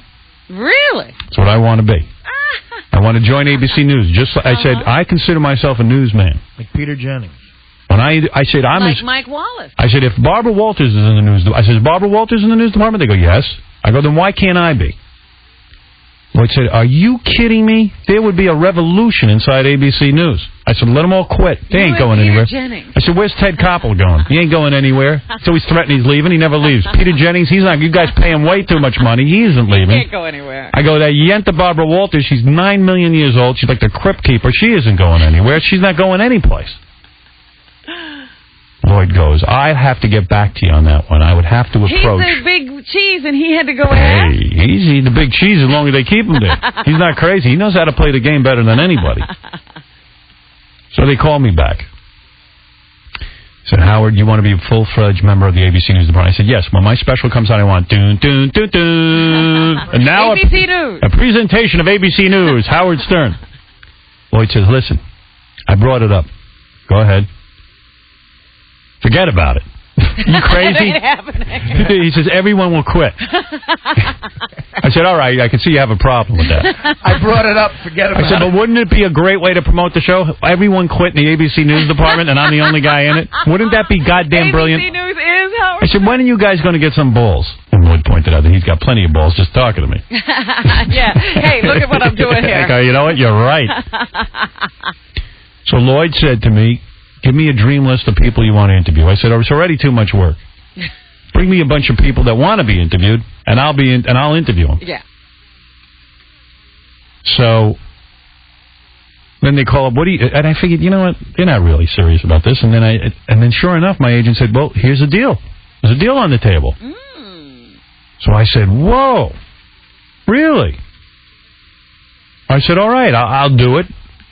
If we find some people that are really interesting, we'll do it. Uh-huh. So I'm going to do it. I figured it would all go away, you know. Nobody be interested. Nobody be interested. And then the next thing I know, they call me up. We want you to meet with your producer. I said, who's the producer? Some guy, ABC News guy. You know, so they did get you a news producer. Yeah, some guy. Yeah, top guy. I met with this guy. He was fantastic. I mean, like a really bright guy. I said, you know, these guys, maybe they know what they're doing. Hey, there's somebody over there. Yeah. Maybe they know what they're doing. Hey, they knew enough to keep showing that 8 Simple Rules after John Ritter hit the dust. So they must know what they're doing over there. So I met with the guy. I was impressed. Sat there in my apartment. We talked for a long time. I would hang out with the guy. Yeah? Because he's a bright guy. He knows what he's doing. So we're talking and everything. Next thing I know, they call up a couple of days later. What's the name of the show? I don't know. You know, Lloyd wanted to call us something like Howard Stern, all ready for prime time interviews. I said, Lloyd, never name a show again. Too many words, Lloyd. Yeah, I mean, what are you talking about? It's not even clear if I'm ready for prime time. They're into long titles. That 8 Simple Rules is a mouthful, right. So there's a couple of titles, actually, I was thinking about. But listen, I'm good enough to be in the ABC News department. I'm not stupid like everyone says. I'm smart. So anyway, I'm not a member of the ABC News department. I can't make that claim. Not yet. Not yet, anyway. I have to prove myself. But he's coming. I'm coming there, boys. And I know, you know, listen, this is highly controversial. I'm sure that there are people there who don't like the fact that I'm more or less replacing Barbara Walters. I hear The View promote. Let's keep it real. That's in the paper here. Let me read you the article. Oh, that's too funny. Move over, Barbara Walters. Here comes Howard Stern. ABC has just inked a deal with the shaggy-haired shock jock to do a primetime interview special this spring, the Post has learned. The one-time, hour-long program is seen as a test run, and more shows could follow. I hate being tested. Haven't I been tested enough? Yeah, I mean, you've been around a long time. All right.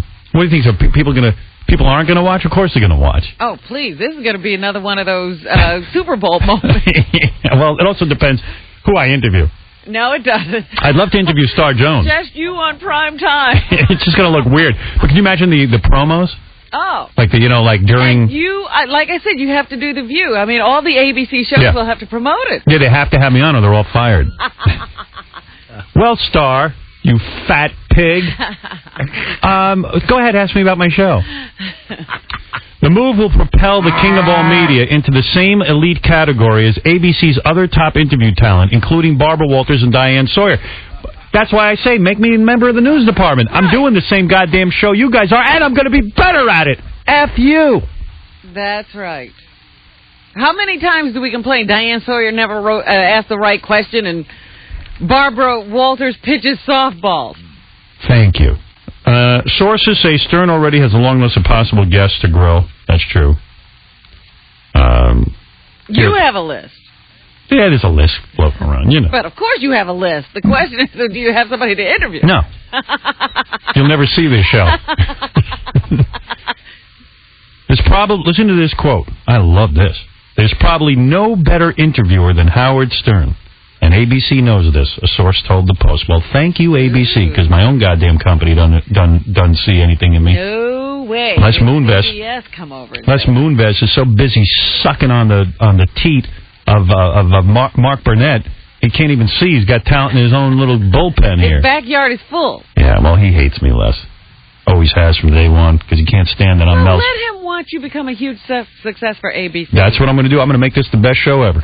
And believe me, I don't need to do this show. I'm doing it to just pee all over Les. And then what will he have to say when you're bringing in huge bucks to ABC? Yeah, what are you going to say then, pal? All of a sudden he'll be falling all over himself trying to do business with you. Whether Stern, who just turned 50, why they got to put that? Ooh, that hurt. Ooh, in print even. Let me tell you something. I ran 4 miles yesterday in this icy cold tundra that we call New York. Then I worked out with weights, and then I climbed the ropes up to a ceiling. You didn't have to do that. And let me tell you something.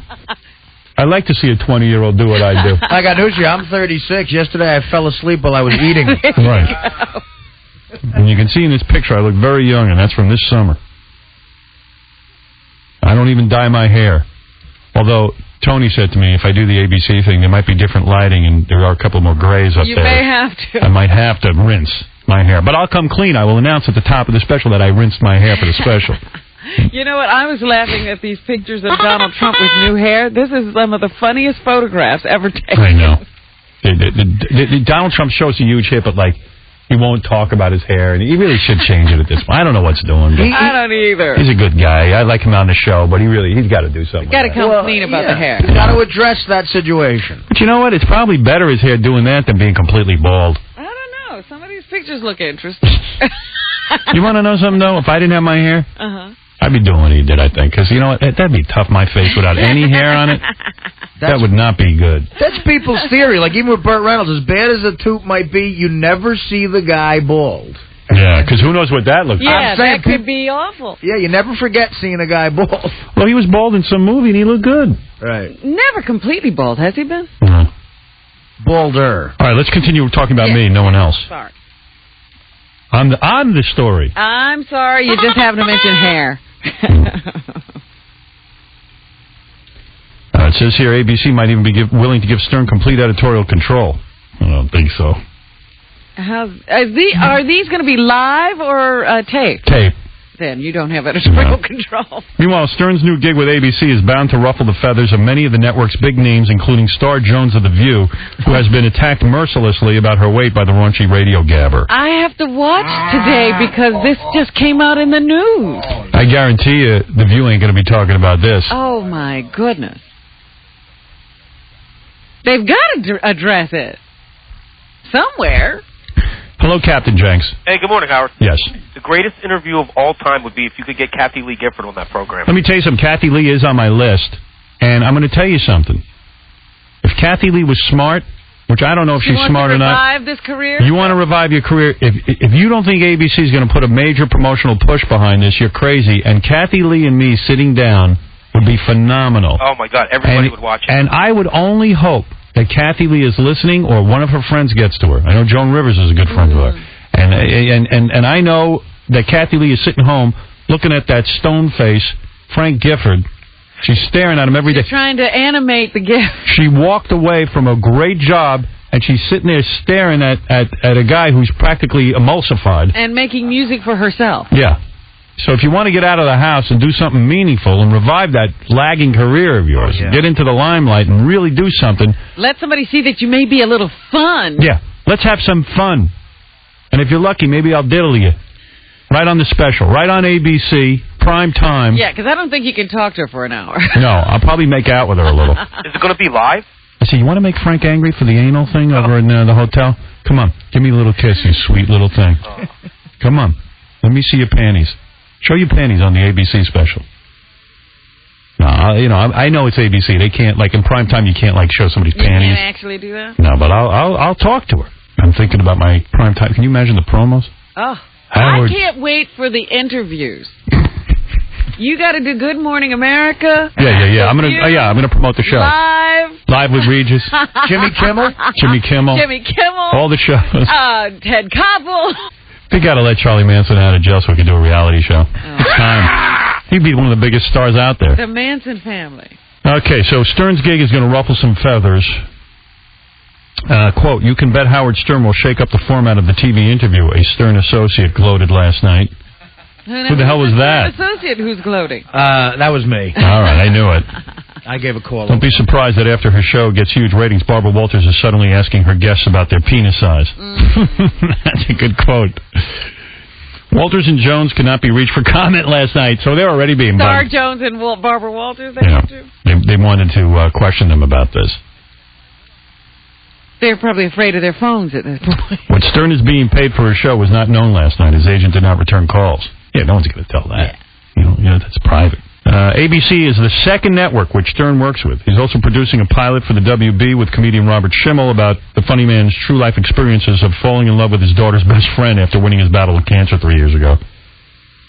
Intriguingly, CBS, which is associated through parent company Viacom with Stern's radio show, is conspicuously absent from any of Stern's TV plans. That's true. Boy, oh boy, you don't know how that rubs me. Media onlookers see that as Stern's... That is a slap at... wait a second. Media onlookers see that as Stern's slap at CBS chief Les Moonves. Oh, you're slapping Moonves. With whom he's had a long-standing feud. I'm not slapping him. ABC came to me, and I like Lloyd, and I like the ABC family, and I'm part of their family now. Yeah, it was ABC's idea. Yeah. They were thinking, and they said, well, we want to get in business with Howard. And you know what, man? I dig him. Moonves had no comment. Well, this isn't the only other network you're working with. Aren't you working with... I'm working with Spike. I'm working with... who else? Showtime. I'm working with... UPN, right? Who's got... UPN. No, I'm working with WB. Oh, okay. Moonves had no comment about a CBS but a CBS spokesman noted that a number of the network's stars made occasional deals with competitors. We wish Howard success with his new project, said the spokesman. That's CBS? Yeah. Well, I've gone to Mel. I've complained all the time. I've told him blue in the face. I said, how is it we don't have synergy here? How are we not doing stuff? And whatever. Les has got a problem with me. He doesn't believe in me. You know, it's going to look bad for him, though. He believes in Julie Chen. You want to play Gary versus Soccer Mom? Let's do Gary. All right, Gary versus Soccer Mom. I tell you what, how many questions are there? We can do as many as you want. All right, I'm going to give this guy 5 questions. If he gets 3 right. Right. And if you get them wrong, don't cry like a bitch. No, I won't. I'm hanging up on you. I love you, God. I wouldn't do that. To purchase... no, let me see. Here we are. You won. You have a chance at winning $500 cash for this. I could use that. Courtesy of Comic Book, the movie starring Mark Hamill and Donna D'Errico. See the most popular icons of pop culture on DVD everywhere January 27th, okay? I'll do that. All right, here we go. Okay. Ready. Made lunch for the kids. All right. Made lunch for the kids. Did Gary do that, or did Soccer Mom? Soccer Mom. No, that was Gary. Gary made lunch for the kids in the past week? Yeah. Boy, I would have guessed Soccer Mom. I was thinking to myself, no, he had to work. He couldn't have done that. Yeah, because he gets up early to get in. Dude, when did you make lunch for the... You are goddamn pussy. On Saturday, or Saturday or Monday, whichever one of those days we're off. I thought you said during the week, Casey, you dumbass. During the past week, numbnuts. He said during the You didn't say weekend, He said dickhead. during the I said the past week. The week includes the weekend, silly. You anal Okay, I'm a fisser. dickhead then. All right, go ahead, Gary. Tell us about you making lunch. So, I don't know. My wife was maybe folding clothes or something. The kids were hungry, and I said, "What do you want?" I made Guarantee his wife wasn't folding clothes. She was just relaxing. Yeah, because it's Gary's day. She was on the hammock. Because it's Gary's day to do work. Gary was at home. He had to do a chore. It's not bad enough. Toothy got to drive in every day to do all his work there and get yelled at. I He's got to go tell home you, and do his lunch, too, for I the never kids. made my kids lunch. All right, what's next? I can't believe this. All right, next question. Okay. I should say next statement. Next statement. I love that you're losing, dude. Thank you. Got the kids haircuts. Did he do that in the last week? That's what my wife does. But that's something a guy might do with his son. That's true. Because he has to go get his own What's hair. Gary's hair look like today? Maybe he got a haircut, too. I didn't see. I'll tell you what. I didn't detect a haircut, but look who loves this game. I know. He loved this game. He made his kids lunch? Yeah. I'm going to say, oh, man. What do you want, Jackson? Peanut butter? What did you make him, Gary? Peanut butter, I think I made them bagel bites. Bagel bites? Bagel bites? You put them in a toaster oven.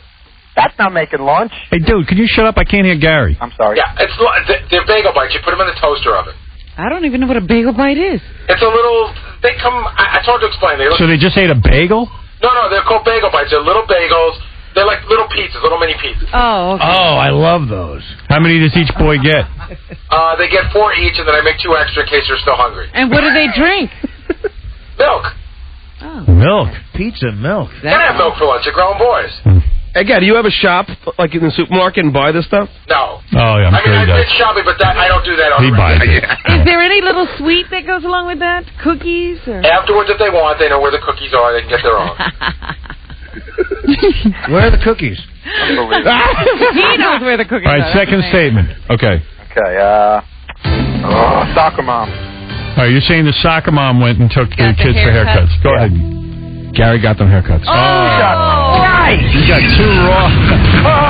I have a feeling that Gary did all these things. Boy, he does. You know what? I don't think all year I would do that. I didn't even get myself a haircut. I've never done that in my life. My wife took Lucas to the doctor, and I took Jackson for a haircut. Yeah, everything's got to be 50-50. Right, yeah. You know what it is, sir? You're guessing. I would guess the same way you are. God damn. But it sounds like Gary did everything. Yeah. All right, here's your third statement. I hate to tell you, if you get this one wrong, you're out of the game. Breastfed the babies. I think that was Now, let me think. Go ahead, Casey, God, give it to us. That's a hard one. Okay, clean the bathroom. Clean the bathroom. No way. Gary he did that. I can't believe that. If he did that, I tell you what. This guy's got no life. You're killing me, You know what? If he didn't, I'm sure he's done it, but maybe not this week. It sounds like he's done a lot of... If he did this, it would be unbelievable. He's done all of the other things and cleaned the bathroom, Because this guy puts in a lot of hours at work. I mean, if his wife's got him cleaning the bathroom, it's Does over. he have cleaning chores? Although I know Gary loves to clean. Yeah. Like he's a clean freak. But the only time I remember him saying he did that was that time he had the accident.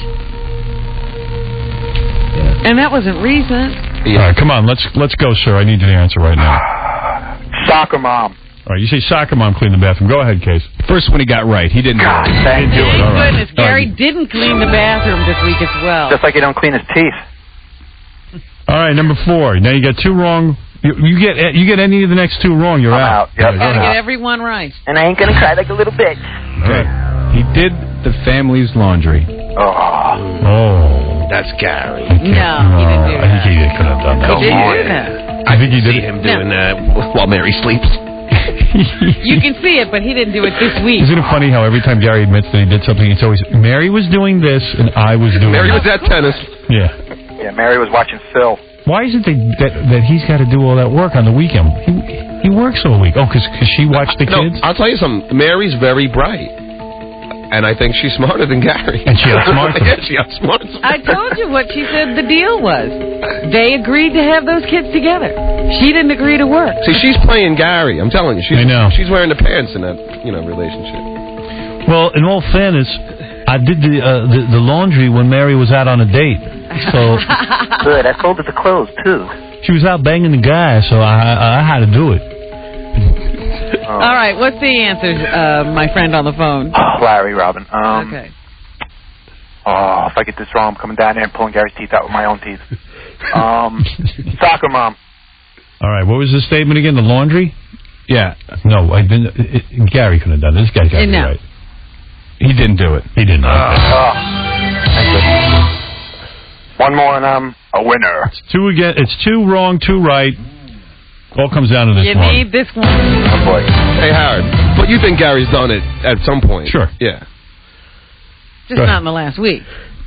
Go ahead. Here's the last one. Okay. Drove the kids to after-school sports. I can see him doing that. Definitely. That's definitely He Gary. definitely has done that. After school sports, he gets. You guys finish at 11. What a Does busy his crap there. He probably gets home by. Busy week. And she's there watching Dr. You mean to tell me so he's got to take the kids. He's getting home by 3 o'clock to take the kids to after-school Yeah. sports? You know what? I'm pissed about that. He should be here working. Yeah. Oh, Jesus. Oh, Gary. I hope that's not true. As much to my chagrin, this guy's right. He wins. Because Gary's always talking about taking him to soccer, taking him to a polo class. You know what? You better take Gary to the doctor or a gynecologist and have him examined. How is Because he I taking the think kids? he had his penis grafted to his wife. All right, do you want the answer, Howard? Yeah. It was 5 o'clock at night, and it was I took him or picked him up for wrestling. It was one or the other. You know something, though? It starts at 5 and it ends at 6:30. So what, did you just get home and you had to run out the door and get him? Actually, I just got home and Mary took him, and then she was cooking dinner, and she said, "Would you pick him up?" And I said, "Sure." You know something, though? If I really loved my wife as much as Gary did, I'd probably do the same things he does. Are you and Mary on the same menstrual cycle? I mean, couldn't she arrange for one of the other moms to take the kids home? There are no other moms. It's in a different part of town, and there's no kids that live in the neighborhood. Howard, can I get the subject real fast about vagina? Now, enough of you. You won $500 cash courtesy of Comic Book the Movie starring Mark Hamill and Donna D'Arco. See the most popular icons of pop culture on DVD everywhere January 27th. Congratulations. Thanks, but Everybody's looking at Gary and the monitor in disbelief. thanks to you, the king of that show, the King of Queens last night. They must have said the word vagina 50 times. Well, I've changed the... okay, thank you. Thanks, Yo, Howard, let's not gloss over this. I got a couple more. Well, tell me what else he did in the week. I'm curious. Gave the kids a shower. He gave the kids a shower. Ask me like the game. Like the game? Okay. Yeah. Did he go food shopping? No. No, he didn't. You're right. Did he clean the basement? Yes. Yeah. Yeah, he did. Oh, my God. Goodness. How does he get all this stuff done? How does he do his job here effectively? Like sit here and think of stuff to do. I cleaned the basement on Sunday. Jesus Christ. Go ahead. And then he wiped the kids behind. What? His kids still having that done? How old are those kids? 18. The 6-year-old needs help once in a while. Not all the time. Wow. Did he do it this week? Yeah, he did it. He did it. Oh. Double game. Oh, my goodness. Come here, Lucas. John, you ever wipe your kid's butt? Yeah, but they were 2, guys. Your kids are 11. How old is your oldest daughter? She's 7. I haven't been near her butt since she was 4 or 3. That's nuts. Of course. Not only that, if there is a problem, your wife handles that. Yeah, well, I mean... You wouldn't even know there was a problem. Yeah, how does he know there's a problem? How is he that involved? Well, wouldn't you just say go ahead and wipe your own butt? No, but I'm saying, listen, kids have accidents sometimes. I know when I was 6, I had a major accident. But your dad didn't take it. No, my dad wouldn't know. My dad would have killed me. Look, I had an accident last week, but I took care of it That's how you myself. learn not to have accidents. Okay, and then the wife does that. The mom comes in and wipes your ass. My mother always wiped my ass when I had a problem. You know, she took my temperature anally. I think in Gary's house, they come looking for him because he's the mom. By the way, in my cartoon I'm developing, I got a whole one just about my mom taking my temperature anally. Oh, no. Yeah. Hey, Howard, Believe me, I've envisioned that many times when you told And by the way, this is Howard Stern, the high school years. Right, but you said you were about 17 Yeah. the last time she did it. Yep. do you see what Gary's done this past week, Howard? So far, he's wiped his kid's butt. He's cleaned the basement. He's taken them to sports. Right. He's made them lunch. Yeah, I mean, he's a full-time mom. Hey, That's dude. what I'm saying. They run to him. Ask me some more. No, that's all I got. But those, there's more. I just asked him for about 4. You know, I just asked, did you do this? And there's got to be more than that. We just scratched the surface, probably. What else did you do, Gary?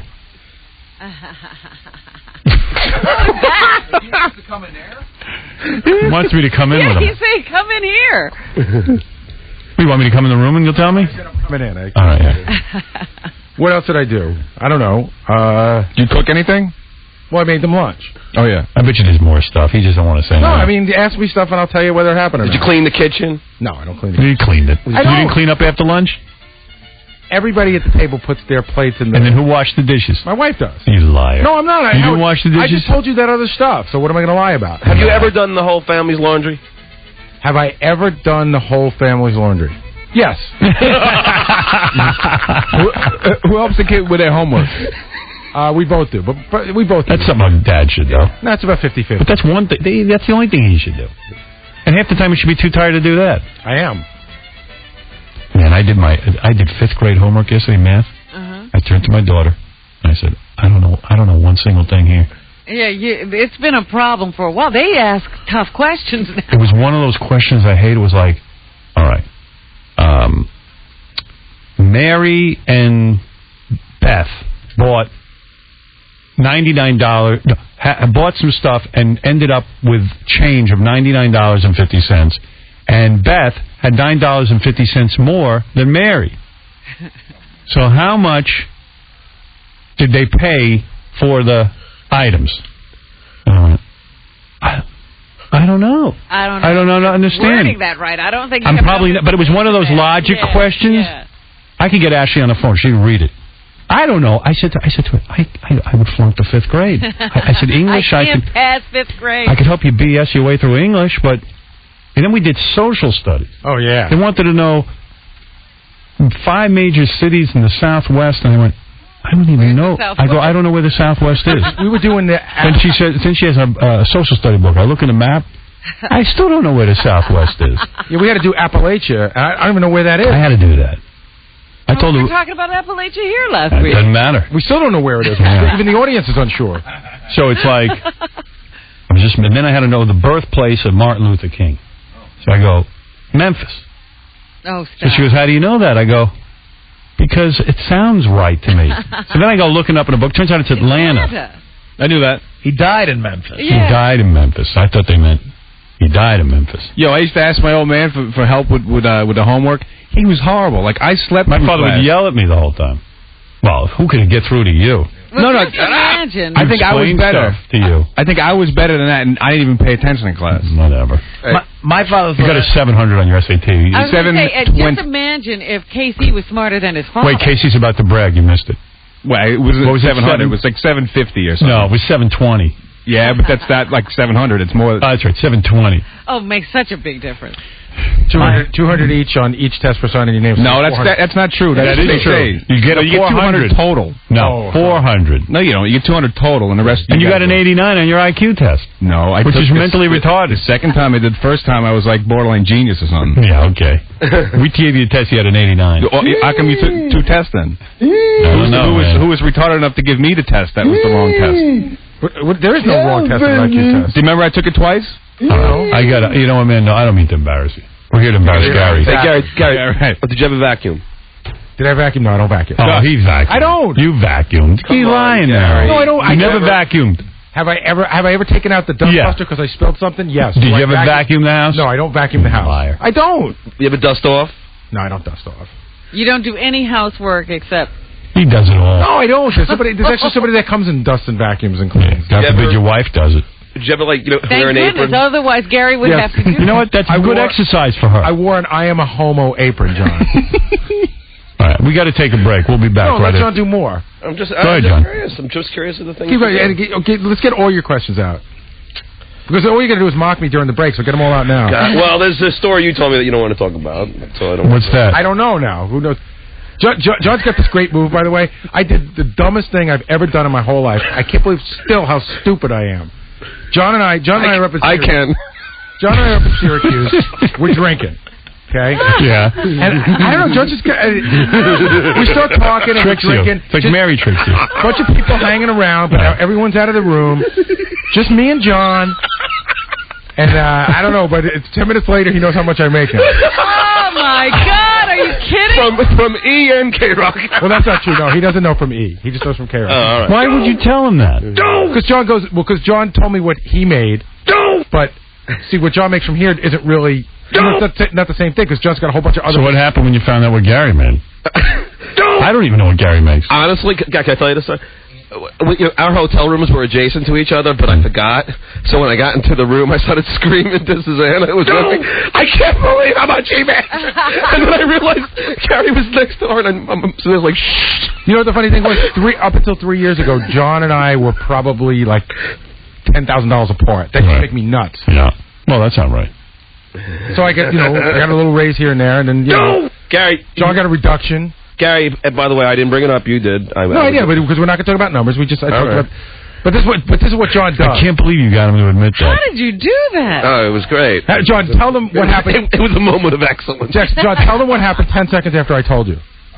What? I just was already yelling at myself. Yeah. It was. I go, why did I just tell you that? And I was yelling at myself too. Well, why would you be yelling at? Why would you be mad that I make what I make and you make what you make? I mean, you leave every day at 11 to go to lunch. No, it just was. You know what, Gary? I don't want to. Well, I was just amazed at how much it was. Like, I didn't think it was that much. In my head, when I figured out your salary in my head, it was always a lot lower. So you could be off when you're telling us what everybody makes. Yeah, and then I figured out. It changed my... DePace and I figured out exactly what John makes, and I asked him to his face, and John just got a funny smirk and goes, no, that's not true, so now I know it's true. We figured out... what happened was we got like 10 people together. We did a John. Yeah, I mean, we got like 10 people together. So some people know one aspect of a salary. Some people know other aspects. I know another aspect. And we all put our heads together and figured out what he makes. And he makes... Well, that's the thing I'm a little angry about. Probably even a little bit more than I make. Well, you're a little angry about that. No, Howard, you want to make... No. I'm angry that, like... We guessed. No, but doesn't Tom tell you how much all of us make? No. He does. Yeah. Yes. He tells you? Yeah, and that's I know how much He didn't even tell me. I know what he would tell you if you wanted. I know what John and Casey and JD and Will. But why is that right? Because he wants me to know what their salary is because he but that's not right. me as their boss. That's not right. What do you mean it's not right? He's in charge of you. All right. But I don't know, just weird that he knows how much I make. Howard, can you say that again? Yeah, Gary's your boss. I understand, but I'm just weird that he knows how much I make. But he is your boss. He's your boss. Your boss always knows what you make. He's in on what you make. Because Tom comes in and but I don't ask Gary for money. a raise. I ask Tom for a raise. Yeah, but Tom has to go to his supervisor and say, is this guy worth the money? Exactly. Tom comes to me and asks me about what he's up to. No wonder why I'm not making any money. Yeah. Start pleasing Gary. I better stop making fun of Mr. Mom there. He's your big tooth apron wearing boss. Yo, Gary, hey, about 3.5 years ago... He's not only a good mom, he's a good boss. About 3.5 years ago, I fell for the same thing. I mean, he's good. I know. Yeah, I don't tell him anything. He goes, you know what he does? He elbows you. He goes, come on, there's nobody in here. And he goes, and you know what? You already sort of know what I make, and I can't, it's got to be right. And I go for a raise. And you broke down. I had 8 Heinekens. Right. That's an amazing obsession. I got to take a break. An amazing obsession. And he finds out. Yeah. We got to take a break. When we come back, what? ABC, they're giving you like $2 million, right? Between you and me? Yeah. John and I want to know where to send resumes for the show, by the way. Guess what Howard's making from ABC? No, it's not $2 million. But you know what, Howard? More. No. We're having a whole big discussion. You're crazy. It's one special. I was having a big discussion with a couple of guys around here. We're all shocked. The other day, I asked Fred if he was worth $2 million. And Fred was like, get out of here. What are you, crazy? How can Fred not be worth $2 million? He's been here for 20 years. I think Fred's worth a good amount of dough. He's got to be worth at least $5 million. But what do you mean by worth? What is $5 million? Yeah. No. But he was... Between his houses and his apartment and everything? But he acted so genuine when he said that he's not even worth $2 million. No, I'm not. There's no way that's possible. Your houses and your apartment? I work for Tom. That's no way. Wait, hold on. Howard, if you own that, if you own $1 million house, but you have a mortgage on it, you're not. That doesn't mean you're a millionaire. No. I'm saying figure out what you could get out of the deal. But that's. I mean, how could that be possible? I don't know. I don't know what Fred makes. I honestly don't. Very possible. John will just have to go to Syracuse. Do you think Fred's worth more than $2 million? Tell you. You know, John came to me right after the show that day, and he said, could you believe what Fred said? I said, really, John? I hadn't thought about it since the show, but John makes you sit and think. Yep. Oh, well, we had a lunch about it. We were all... Fred might have high overhead. Very high overhead. Hey, between you and me, from what I hear, Fred's on an internship. 20-year internship. I got to take a break. Fred is not worth $2 million, we just learned. Absolutely not. And we'll take a break right after this. We're all just bad-mouthing John in here. Really? Because Brian told me that one time during the stock market, boom, that John left his stock market statement out on the desk, and Brian looked it over and said he had over $1 million worth of stock alone. Oh my goodness, No. that was So a why few is he years so busy ago. trying to figure out what everybody else makes? He's just consumed with it. Gary said John is so consumed with what people make that he even embarrasses people. They went out to lunch with Bally's one time. It was Gary, John, a couple of the guys from E. I was there, too. And Artie was there, and John just started in like, what do you make? And I know what Isaac makes. And what? He went right around the table. I'm telling you, John was holding court. He went right around the table, and he got every person. It was like he was shining a spotlight on them. Doug from E, Isaac. Well, they asked me to do it. Then he turned to the head of Bally's, the guy that runs Bally, and started, it's just uncomfortable. And the move is, John goes, I know what you make. You got to make at least 300, right? 300,000. You got to make at least 300. Then he gauges their reaction, Uh-huh. and then he goes in for the Raises it or kill lowers based on their reaction. Can I say something, Howard? That statement is totally not true. What I swear on statement? my life. I never had $1 million of stock ever in my life. Whatever. Bro, I don't know what he saw, but I swear Brian saw $1 million on my bucks. children's lives. That I've better never not be had- true, because you're begging No. for cab money. No, I Well, swear. that's going to ruin his Why is gig. he denying that? No, because it's not true. If it was true, I would say it, but it's so not How true. far off was it? It was totally... Oh, you had over $500,000 in stock. Never. You had over $250,000 in stock. See, that's his move. I know. I'm doing his move. This is what you do to people. You left your statement up on the computer, and there was a lot of stock there. Brian, you must not know how to read. I never had $1 million in stock It tells you ever in how my many life. stocks you have, how much it's worth, and then there's a total at the end, and that dude. Yeah. What was the total? Oh, I know what he saw. No. A lot of time I play like a game. I'll say that I have all these stocks, and then I see how much that I would make, and I say I have 1,000 shares of like all these different stocks. I swear to God, you can pull it up now. You're phoning up the numbers. Yeah, no, it's just all. I just want to see how much I would have made if I would have had, Whatever. Yeah, but I swear, Brian. You have a lot of money.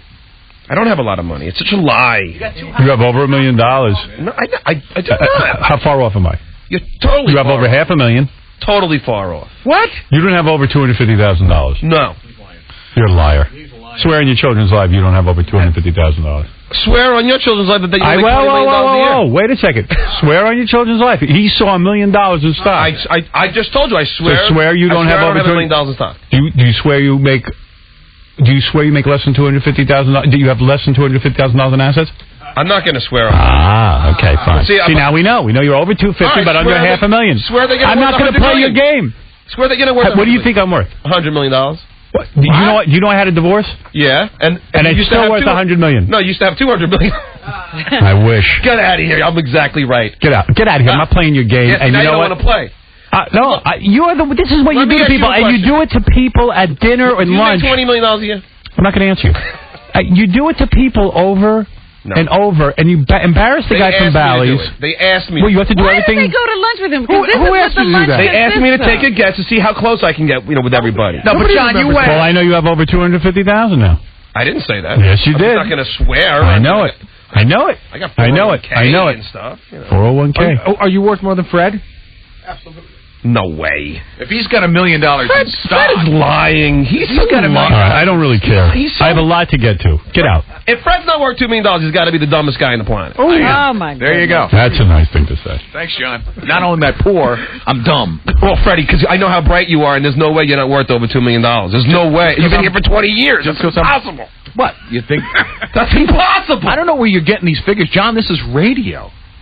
Fred. Howard is an exceptional person. You got to at least be making $500,000 a year. He's worth the money he deserves. Fred, you got to be... Robin is worth the money she deserves. You got to be making at least $500,000 If Fred is making $500,000 a year, you're saying he should have $2 million in savings? Well, he's been here for 20 years. So let's just say the last 5 years he's making $500,000 a year. You know what I started in radio making? I made $150 a week. Yeah, but then you became famous, and you know what I was making when I went to Howard? NBC? Take a guess. You know how much? Tell him. Wait, Howard, Fred, because I don't know how much Fred made. You know what he was making? I know what he made at NBC. I was making $35,000, and I was almost broke. That was 18 years ago. Howard, I was broke. Howard, you don't know how much Fred makes, do you? No. So how much do you think he made? I don't know what Fred makes. I don't want to guess. That's his business. I don't know where you're getting these figures, John, but I'm not like the star of the show. Well, I know how much Jackie turned down because Jackie told me after he left. All right? I have no idea what Jackie made. Okay, I don't so care. if Fred's not close to where Jackie was, I mean, how could that be? It probably is. I have no idea. I don't know. I don't know if they're what close. Jackie made. I don't know how he handled with them. I don't know what his strategy was. He certainly made a lot of money with the tapes and all the other. I'm not talking about that. I'm just talking about salary from here. I have no idea. And you want to know something? I had the class never to ask him. That's true, man. Fred's got class. You're just like classless. No. It's an insanely Jackie told me because he thought. No, Jackie told you because you were calling me every minute thinking that I was a traitor to Jackie. Then when you finally got the amount, you realized. I didn't think you were a traitor. Yeah, you thought I threw Jackie out of here. No. And then you found out the truth. It was so different than yours. So, I mean, I hear him telling me one. Well, you know what? I'm sick of it. You're fired. Every minute with Jackie. Get off the air. Get out of here. You're irritating me. Every minute he sided with Jackie. Get out of here. How can you believe Jackie's side of anything? I never sided with Jackie. Jackie's delusional. No. Jackie just... Do I seem delusional to you? No, I didn't side with Jackie. Don't insult me. Get out. It's ridiculous. Now that you're fired, tell us how much you make. Now that he's fired, can I have his money? Right. Yeah, could you? It's your money now, Fred. I'm telling you, Jackie only told me because he said it wasn't the same discrepancy that you were saying. That's all. Okay. But I mean, it wasn't like But now that you knew what Jackie makes, was I crazy? No. Okay. And I've always said that. Right. He was crazy, and I think he made a big mistake. Exactly, and he knows it. I think it was a dumb Him and Kathy Lee should go stare at each other. All right, now get off my show. This isn't your show, it's my show. Always. And as soon as you buy something... I'm a celebrity. Why am I out of here? As soon as you buy something, he goes, how much did that cost? Yeah, every minute with how much it cost. Oh, he must have been driving you crazy about the birthday party you threw me. I haven't talked to him really about that, but I remember once saying I got something. He goes, yeah, how much did that cost? Like, get away from me. What was awkward about that lunch was, like, in this room, like, it's insane ball break, and we're kind of used to it. But when he went to the Bally's guy, he, like, turned red, the guy. It's insanely personal. It's inappropriate. He made some of the E guys uncomfortable, too. Some of the, like Isaac and those guys. What did he say to Isaac? He threw a number to Doug. I remember Doug just looked like a deer caught in the headlights. Because Doug goes, you've been here a long time. You got to be making at least... I can't remember what the number was that he threw out, but Doug just looked like... Here's Isaac. It was really weird because, like, you're talking about a table of maybe 15 people. Right. And John's in a corner talking about money with, 3 or 4 guys. And all of a sudden he starts doing this, like, round table. Let's go around the whole table and figure out what everybody makes. John Harris makes this much. And I'm like, please don't get to me. Please don't get to me. What did he say you made? I don't even remember. But, we don't make as much as the sales guys or, $80 million. But, I mean, I think everybody was, like, a little put worth off. $100 million. $100 million. Isaac's uncle. What do you got? Much money you got to make $100 million? You crazy? Whack job. $100 million. It's a lot of cake. You're damn right. If I had $100 million, I'd be so out this door today. Please. Because I know my lifestyle. All I need is $50 million to live on. You'd be set. You're damn right. All right. You want to give away this money or what? Always want to give away money. Now that we've talked about money. Yeah, by the way, remember we paid $400 for Raymond Norman's smoking gun tape on Michael Jackson? Did we really do it? Yeah, I got the tape. I got it today. Let's keep it real because have you looked at it? Yeah. I looked at it all right. And what's the smoking gun? You figure it out. First of all, this tape. Raymond Norman, Negro Woman of the South. Oprah Winfrey, that guy? Right. You know that guy. So he calls me up and he goes, I have a tape that is going to blow the Michael Jackson case wide open. And you will use it, and it'll make you millions. Right. So then we got into a bidding thing over it because we had to have it. And I guess he thought it was worth a lot. Yeah, so he wouldn't give it to us for $50. So we paid him $400 because we all had to hear it. So now I get the tape. Yes. And he sits down, and he's wearing some sort of like military outfit. Oh, yes, the big deal was this was a videotape, not just an audio tape. Yeah, you don't need to see the video. But he's wearing a military outfit? Yeah, I'm trying to remember. It was like a Gary, you saw it. Wasn't it like a military? No. He's dressed as a judge. Oh, that's what it is, a judge, yeah. Giant gavel. Right. Big American flag. Robes. He's a judge. And then there's a sign on his desk that says, Ice Cold Judge. And I'm not sure what that means. And then what does it say? Ice Cold Judge, right? Ice Cold Judge. But the other thing was, because the lighting was not that good, he wanted to make it really clear that above Ice Cold Judge, there was a very small American flag and Israeli flag. Yeah. But I wasn't sure what the Israeli thing. But that's important to know. For no reason, but it's important to know. Well, now, what is the actual business of the tape? So then, okay, I'll play you some of the tape, but you'll be bored to death because he starts in... How long is it? It's 13 minutes to change. 13 minutes, but it feels like it's 17 hours.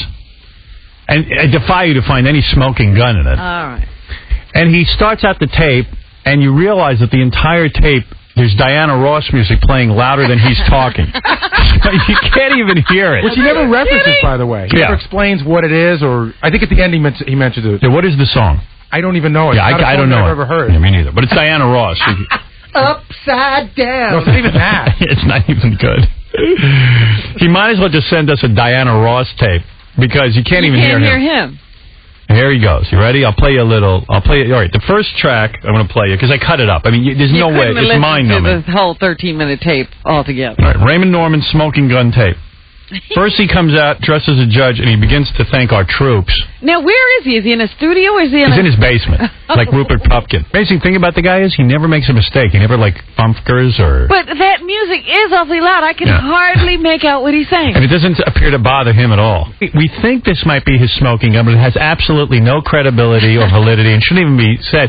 He somehow has the feeling that he heard in the black community that Berry Gordy used to have sex with Michael Jackson. Makes this outlandish accusation, which is absolutely untrue, and absolutely there's no validity. And he even says there's no truth to it.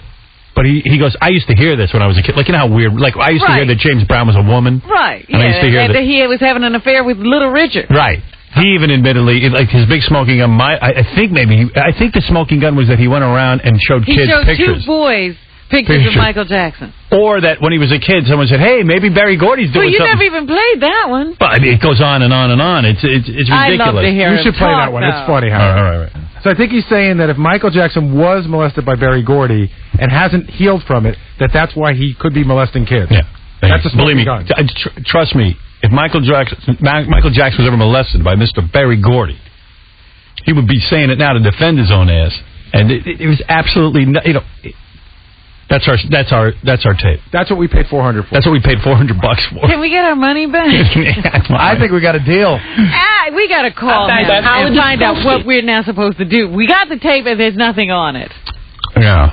Let's keep it real because I'm keeping it real. I don't really feel I can make $1 million with this. No. You told me I could. How are you supposed to do anything with this tape? There's nothing on it. I could tape over it and maybe make $1 million. I could tape my ABC special on it. Maybe. Yeah. But so far, you've got nothing. For your $400. There you go. And I'm keeping it real. You are keeping it real. Again. Let's keep it real because I'm keeping it real. All right, let's Plus, he already sold this to someone else. Yeah. Who is that person? A local businessman. And is he in negotiations with other people? Oh, I hope so. Well, you know what's amazing? Didn't somebody offer him like $2,000 for it? Mm-hmm. Remember somebody offered him $2,000 and he said, no, he's taking your $400. I think he went with the smart move. Yeah, a bird in the hand. In the email, everyone loves Dave Chappelle. Everyone is funnier when Dave is on. I laughed my butt off today. We love Dave Chappelle. I promised I would give away some money. Let me do it. I've got a bunch of $500 prizes courtesy of Comic Book the Movie. Comic Book the Movie, starring Mark Hamill. Comic Book the Movie? Beats me. I never heard of it. It's straight to DVD, it sounds to me, when you read the promo. Yeah, well, I guess it's a movie about the comic book world. Like, all these fanatics who go to comic book conventions. Oh, is it? Is that what you're talking about? I think, because I was reading the back of the DVD trying to figure out what it was about. I know it's got Mark Hamill and Donna D'Errico in it. And I hope she's naked, not him. Well, I just wondered because I remember a few months ago I was reading something, I did it in the news, that Mark Hamill doesn't want to be associated with Star Wars anymore. Yeah, he wants to be associated with Comic Book the Movie. I don't know. If I was in Star Wars, I'd be proud of it. Well, yeah. So, Howard, can I ask you something? Sure. When are you going to do like another movie or a cartoon or Son of the I told you I'm in the middle of writing a cartoon. Yeah. Called Howard Stern, the High School Years. It takes a lot of time to prepare something for animation. Okay. I just announced a deal with ABC where I will host an interview thing in prime time, like Barbara Walters. When is that coming out? I just literally announced. I haven't done anything on it yet. Okay. Then I'm a movie. Look, I don't have a good movie. I don't have a good movie in front of me. I get a lot of scripts. My first movie right out of the bat made $40 million, and then made another $40 million in DVD. So I certainly have ability to bring people in. Not that nobody offers. Well, I think your movie was great. And I would even do a supporting role in a movie because I'm a good actor and I proved it. But I have not found a piece of material that suits me. Well, I also think a lot of directors are afraid to use me in supporting because I'm such a huge superstar. You would overshadow. I would overshadow the movie, stars but my acting is good. I'm solid. Definitely. I should be in a movie. There's no question about it. People love to see me in movies. Everything I do, people love. What are you going to do after you retire? I'm going to stare at a wall. You know what you should do? Go out on tour with the losers. Okay. Hold on, and I'm going to give you $500. Thanks, Howard. You're the best. All right. Well, I got one more here. One more $500 prize. I'll play. Right. This homeless guy is baffling. Yeah. Me, anyway. And the great Jeff Cesario is here. Funny dude. The last time Jeff was on the show, he was telling us how he always gets invited to that celebrity basketball game at Gary Shandling's house. I haven't heard from Gary since. Oh, you're kidding. Well, you kind of did. I did. I got an email from him like 5 days later. It was like 3 minutes of the show. Yeah, what did you say that was so bad? You said you go over his house and play basketball. And I kept talking the game up, and the more I talked, it sounded worse and worse to you. So you say I would never be interested in that. Essentially, that was the segment, and then we went on and did the news. And Shandling was upset that Jeff, I guess, talked about his basketball game. Oh, come on. Yeah. And now Jeff's banned from the basketball game because Gary sent him an email saying, all right, please email me your version of what happened. Yeah. Like a courtroom. Right. And that pissed me off. Because I thought, dude, I was there, man. What do you mean my version? You know? And also, F you. What are you, the judge? Yeah, exactly. So, I sent him an email back after I cooled down. I just said, listen, I'd be more than happy to make you a tape. Because I had a tape. I'll be more than happy to make you a tape of what went down. And never heard from the dude. So, you know what? Screw him. That's that. I hear Gary's hired private investigators to do a full investigation of what was said. Congressional hearing being impaneled. With Jeff not there, who's going to guard Kip Adada? Are you like he holds it over your head that he's not going to let you into the game? Now you're out. Now you're now you're out. You can't guard my fat ass. So like it's going to break you. Yeah, I was getting beat to the hoop by Gary Mule Deer. Willie Tyler and Lester. Lester's tough. So you're not allowed at the game anymore. I don't. Do you know anybody who's going to the games? I guess I don't even know, man. I don't care. I'm almost 51. I can't play hoop anymore. Forget that. Cesario's out. Judy Tenuta's in.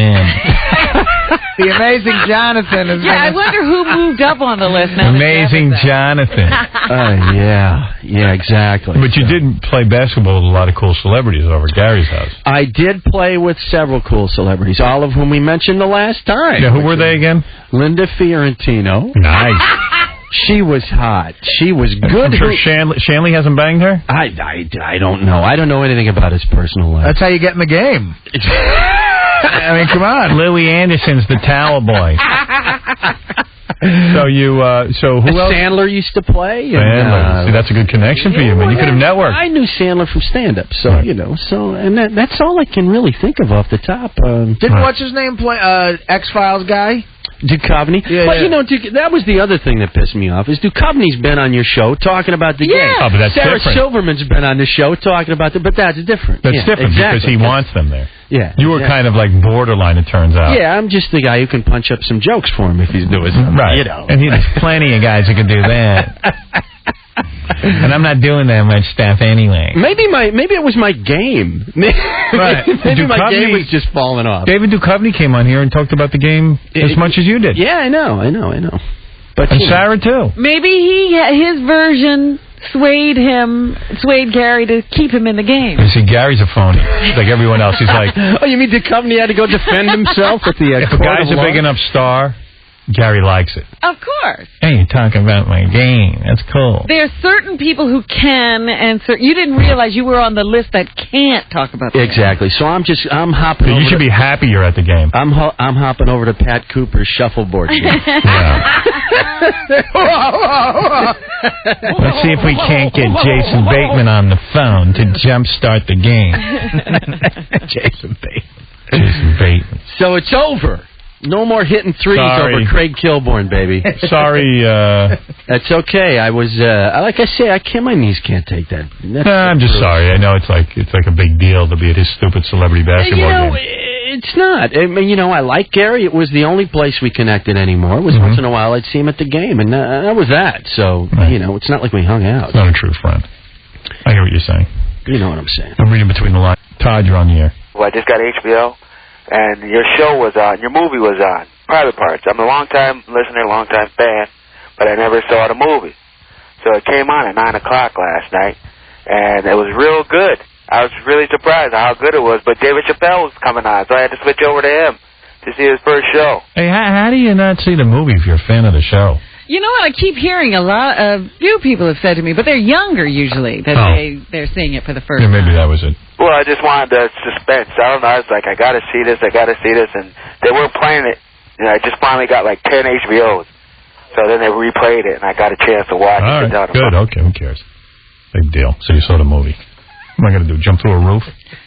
I'll jump out the window because you saw the movie. Hey, for my new ABC television show, yes, I'd love to interview Rush Limbaugh if that guy had some balls. Oh, he's never going to talk to you. He's not going to sit down and talk to you. Because he's still pretending that he's the same old Rush Limbaugh. Oh, that's right. Yesterday I was listening. He was giving people diet advice. Yeah. What I would do is take some OxyContin.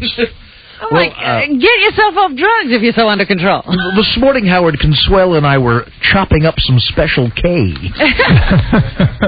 We had ourselves a snort fest. Wouldn't that be a great interview? It would be so phenomenal. Fantastic. Tonight on ABC, a presentation of ABC News, the Howard Stern Special. His guest, Rush Limbaugh. Tonight hello, America. Tonight I take you... Ladies and gentlemen, tonight I take you into the home of broadcaster Rush Limbaugh. I want to see that house, that's for sure. As you know, Mr. Limbaugh has recently been in the news for taking an inordinate amount of OxyContin. I mean, elephants don't take this much OxyContin, ladies and gentlemen. But yes, Mr. and Mrs. America, tonight, on Person to Person, I, Howard Stern, will take you into the home of Rush Limbaugh.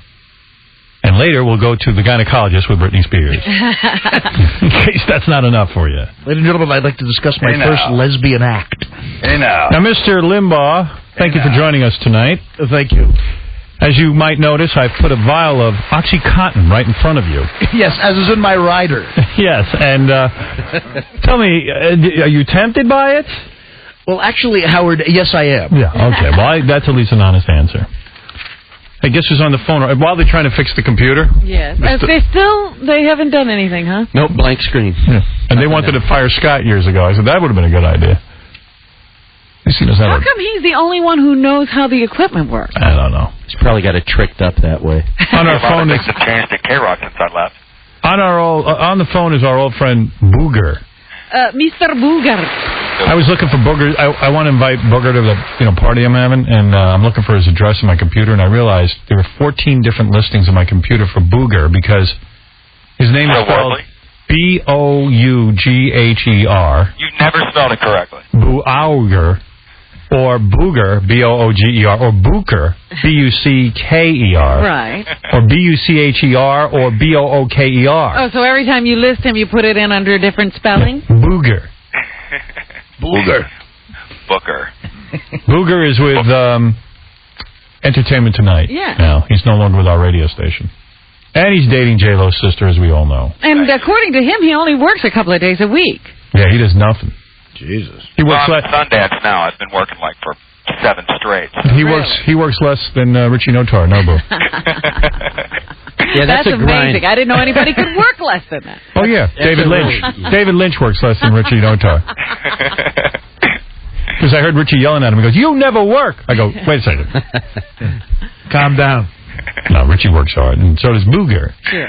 Thank you, sir. Listen, I am in Utah. I'm here for the Sundance Film Festival, and they called me from Los Angeles. They said, "Hey, call Howard. He's got a new show." I said, "I knew nothing about it." I said, "All right, I'll call in and be the journalist that I am and find out what you're up to and what the show is." I am ABC's... Oh, we're in the middle of an interview, a Booker interview? Yeah, how about that? How could you find the time with your grueling... I have a plane to catch, so I'm going to have to make this real short, Artie. Yeah, what if something important... Got a lift ticket Jeff for Cesario. noon. Yeah, what if something important happens, like a lift ticket becomes available?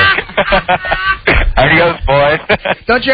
Ashton Kutcher's wearing a different hat. Don't you have to report that? You want a quote from me? Get me J-Lo for my special.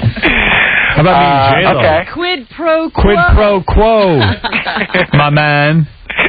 No, it's everything you read in the paper. ABC approached me and asked me if I want to do like a whole, like a Barbara Walters kind of thing, like take over for her because she's an old bat. Yeah, they got to figure sure she's going to go at paper. some point. Yeah, no, it said move over Barbara Walters. But, I mean, there's room enough for me and Barbara at the network. Until she leaves, until she dies.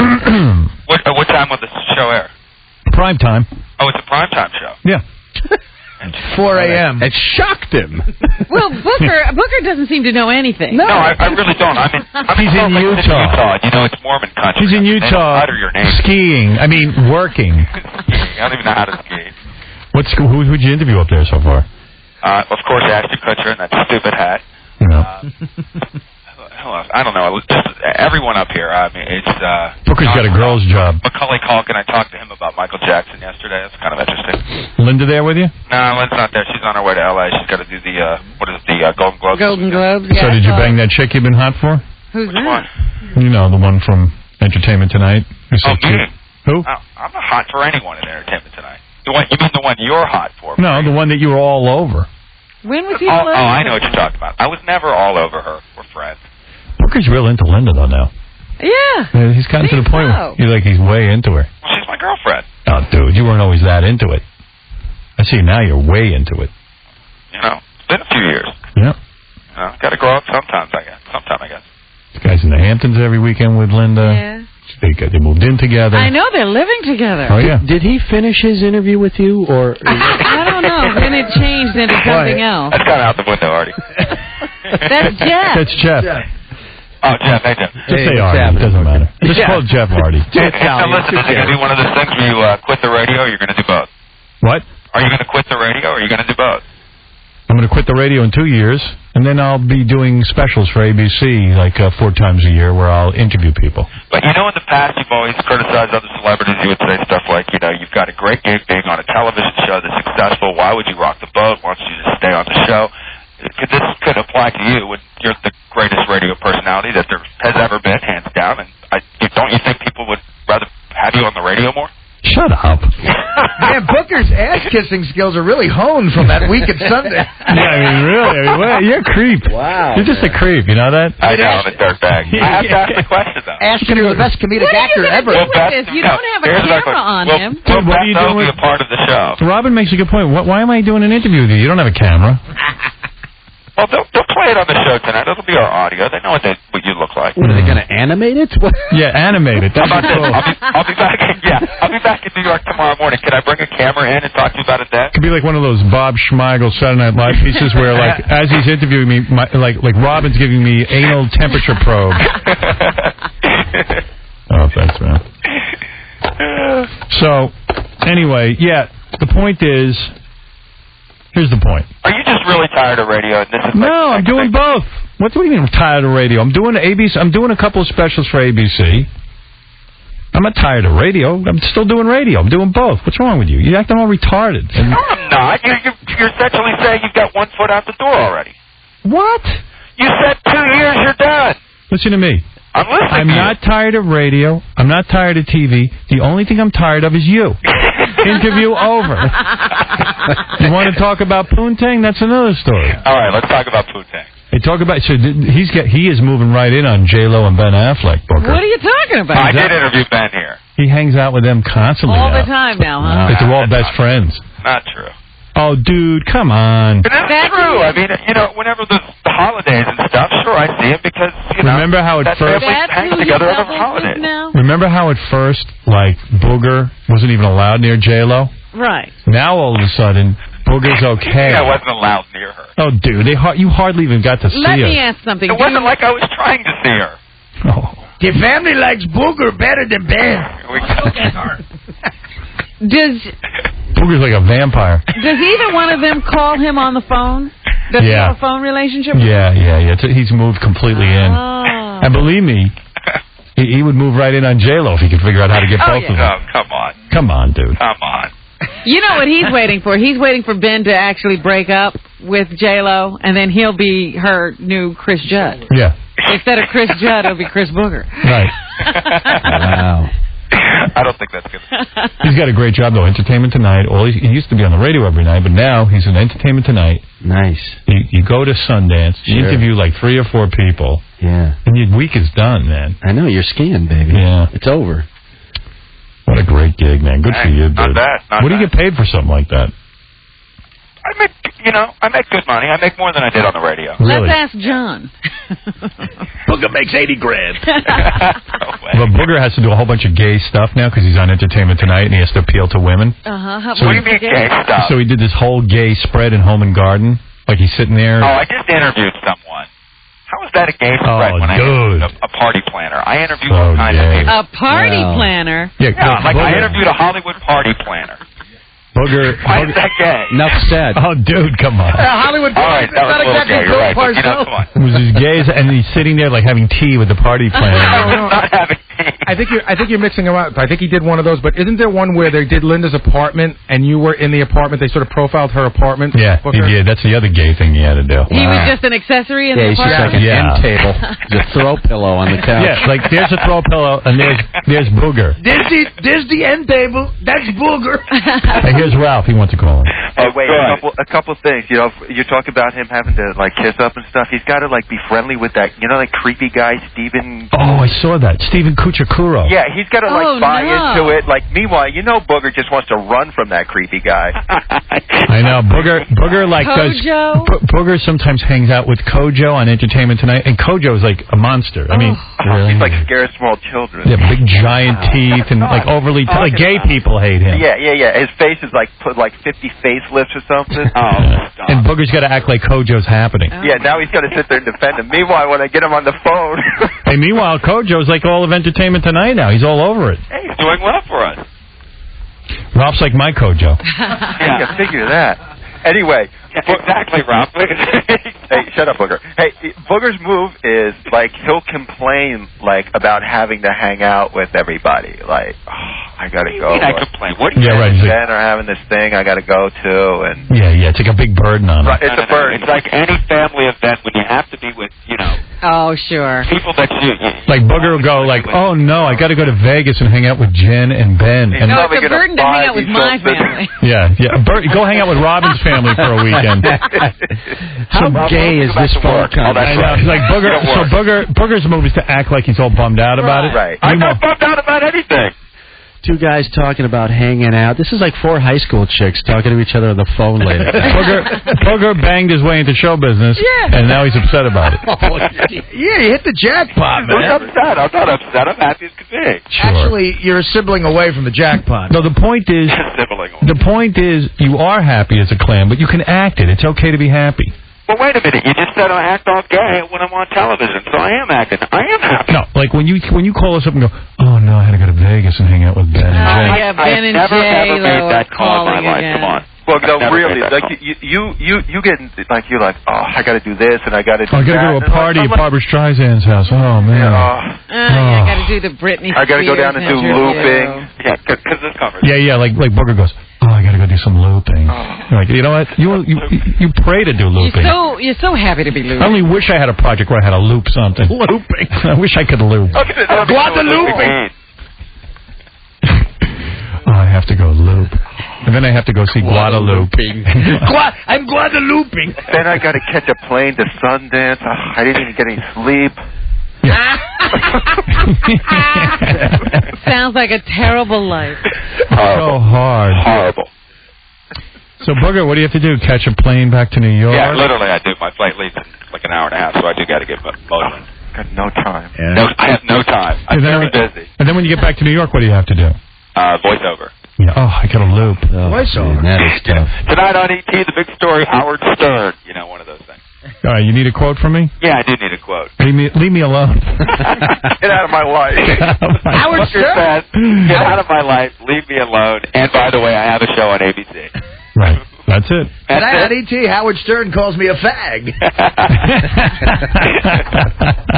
I'm no fag. All right, Boogie. Love you guys. Love you too. See you soon. Bye. Wow.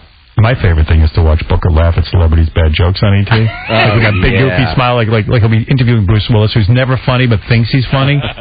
Well, I don't know, Chris. What do you think? And Chris will go, So, Ben Affleck, I understand you do a great brogue. Oh, time for the emergency. You're a great comedian. People don't know that about you.